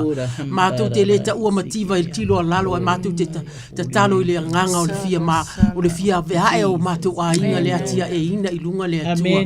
Mātou te talo I le tua o I le I whitalai ngā Yesu e alo lofa I e tua o I ta maa. Fesoasoani mai I mātou I to tonu o mātou a inga ta mā. Ia mātou I loa fatu o mātou a inga. O le ale so sia ia tālo sanga tu loto le atua e māu. Ia whai I mātou ma whaata ita inga. I to tonu o mātou a inga. E leo whai ngō fie le atua. E leo kerisi ano uma. E leo o iai le anganga lea. A e le whaapea o mātou whaapea atu o nei le ai o le ai. E mātou te tālo ta mā. Fesoasoani mai whaamanatu ia I mātou.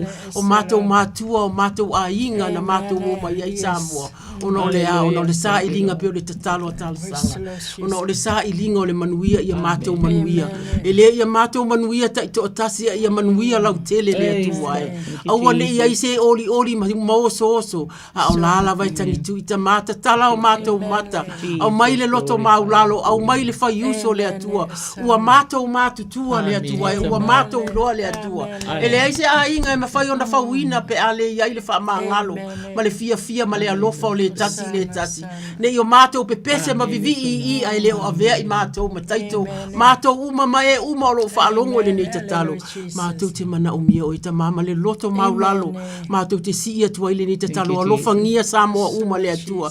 Ia mātou loa le atua. Ia, let's be generous with how we look at one another. Amen. Let's be loving with how we look le atua e. Ia le lima o le laeno fo I lalo. Leo lo savali e fia maua le fisoso ani le atua. atua au mai le ngutu le nei tu lou o tautala atu le atua e fia maua e fia manuia ona o le manuia le nai te e iai te tonu ina wha malosi wha awhetai e leo tausi matua mātutua le atuai a inga uma lava wha awhetai le ono sai le atua o whea e maua mai ai ona o le alofa tamā e o lo sa ili ngā nuenga le atua alofa tatala le atua your grace lo alofa tu noa whai mai ai paulo ia tatala atu e maua i se awala le atua mo a lato interview ne ima mawhewhewhe le atua ia avatu tu i lunga na yo lato ingoa i lisi a pālangi tamā e o lo sa uni moni to finga i pālota o lo sauta mā o le nai lau a fio le pule le atua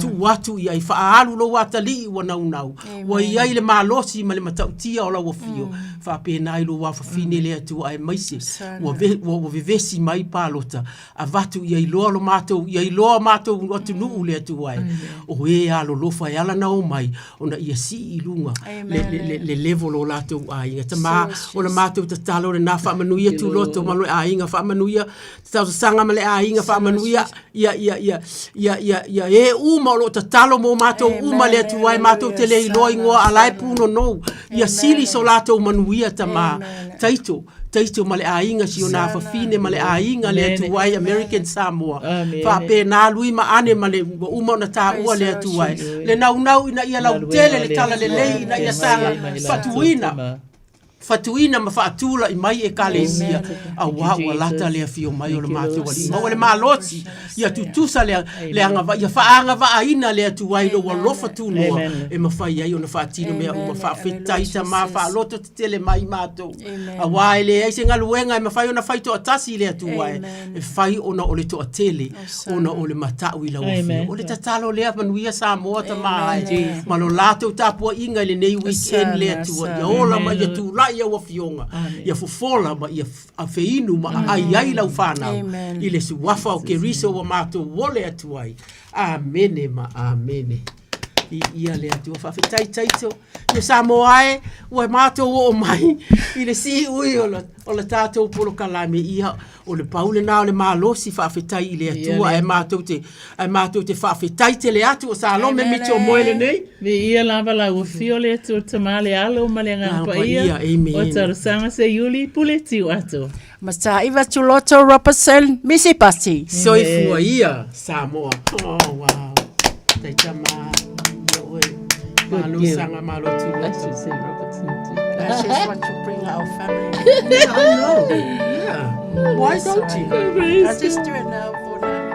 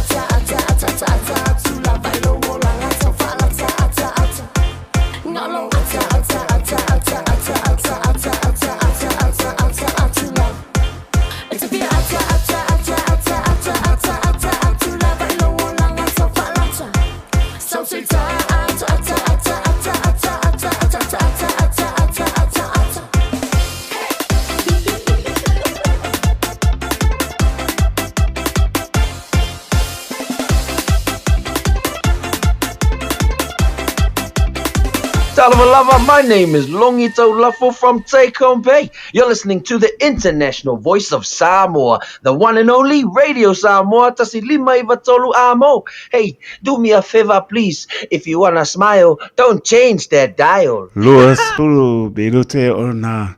Tano ni tulais pulu moli fa maloma fa tai.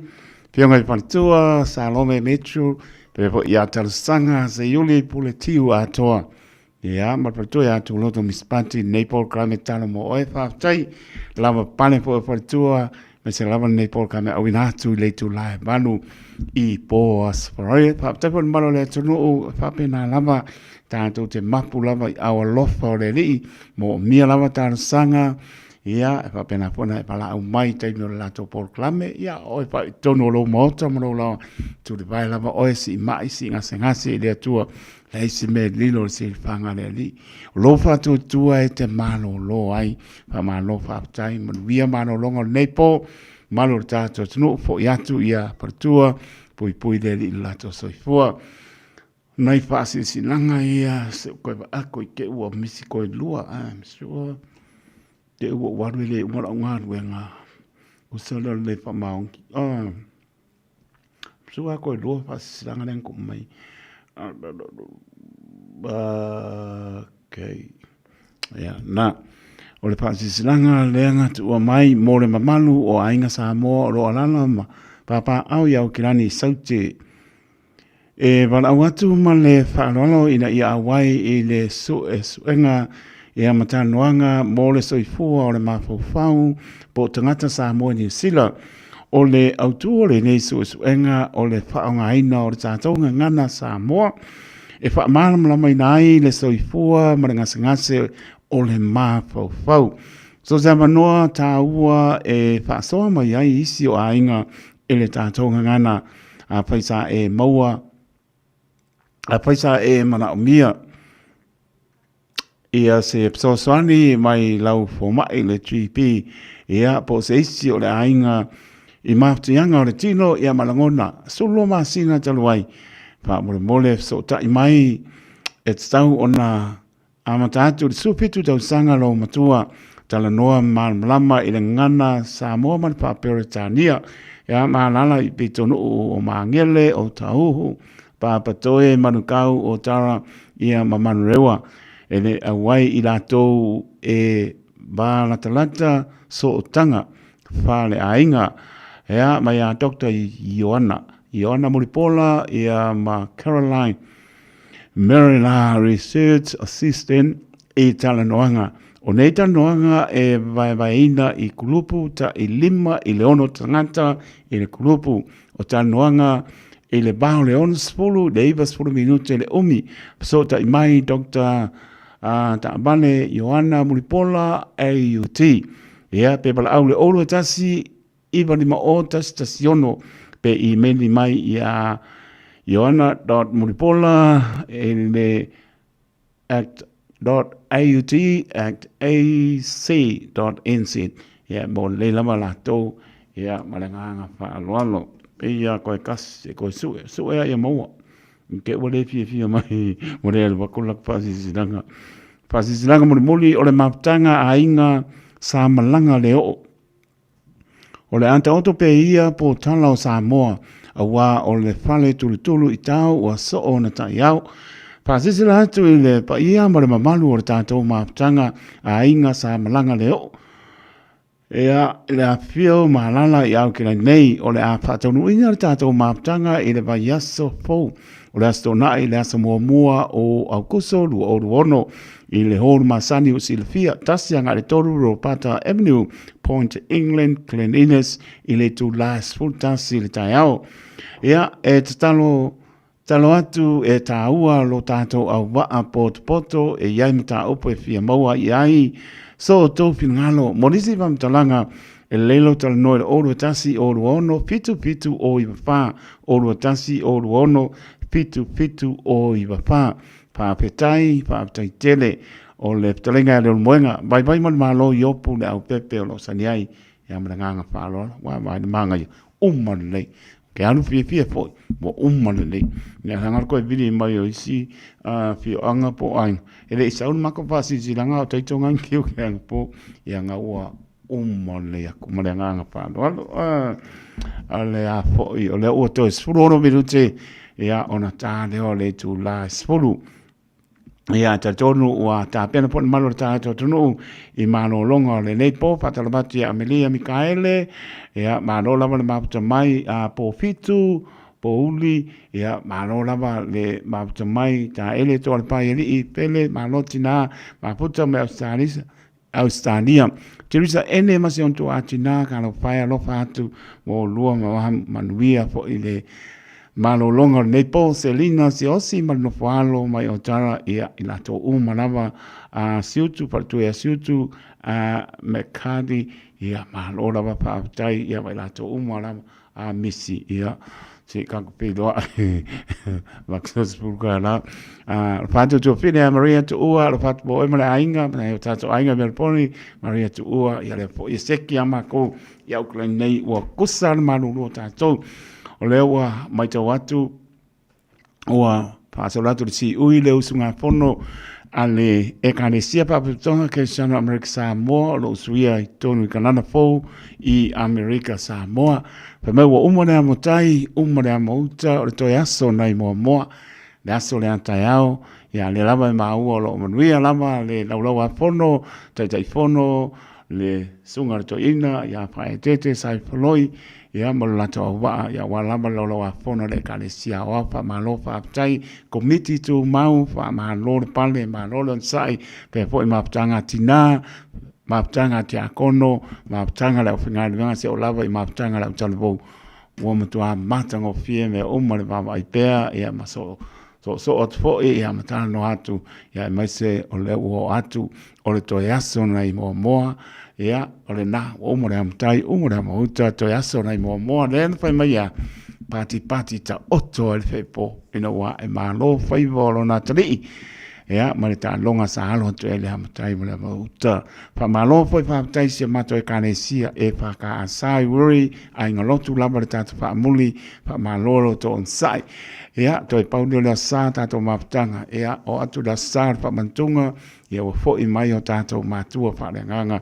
ia o tu ia fa mantunga ia ma tato maputa le nasa ia ma le nganga fa noano ia e le da sangi maputa ia to ma le usfono da sa fa mantunga ia ta pena mai we silfia le to ia se tala taito ia o lava silfia ta pare lama o tato e kane sien tato fa muli batula fa maloma fa tai malolo to manatu mai ia le opula va sunu ele o tu ua ia tamar tato ngana venga o lo tu ua i o to pa ia mo to manu le pa moi mai foi ia ai pa moi atu lava I lo to tu mai tato ngana nue pa tasi ia le ngana venga ia mo pa tasi ia ma le manuia marpefia fo I inga le tua ia le la tato tapo ia ina ia e manuia le usunga pono le aso atai amo mori ai so I fo manuia ia mo tato wola ia na fo I vai aso pe tato au diat ia tal tono la ta aper pono ia lofa le li manuia na amata le pono tal tono le tua lofa manuia fo I fai manuia le fontanga le paka sai tono kanana fo America Samoa tau aulo to so I fo au lofa le li tau nui pio anga malafanga mtanga luenga mpulenga o atunu mau o atunu alata mai ya mai Samoa sepom Samoa sai ya yalfile mo malanga leo le atua mo le atua ya lofa anga o balu le atunu ya hau te ronea mai se o tato pulenga mtanga luenga ya lofa te le atu familia le ya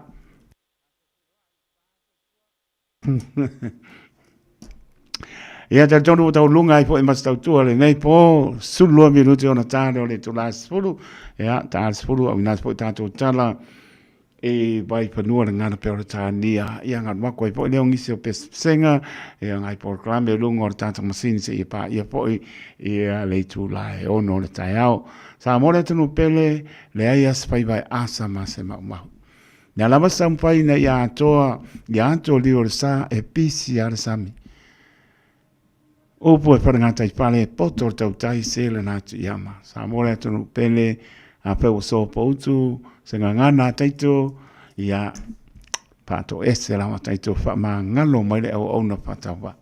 Ai e pusia pe tātou, e lo tātou whiano whani, o le whina ngalo leo lo tātou tua. Manuia mano longa o le nei pō, e huftia I tātou I ona a au la veai, mona au whamano lo. Manuia ai mano longa le pongsa. Maua le aso atai au, po linga pe tātou I lona alofa malona nga lei. Ia manuia lava I le alofa malanga leo la, o le patasi mai o lo tātou atua, ia maso o atunua me mao, ma atunua lata mai o a inga wo mai matana. Ia, manuia le atua, I le tātou no nofo vāna malai, I lona alofa malona nga lei. Soifua ia, manuia.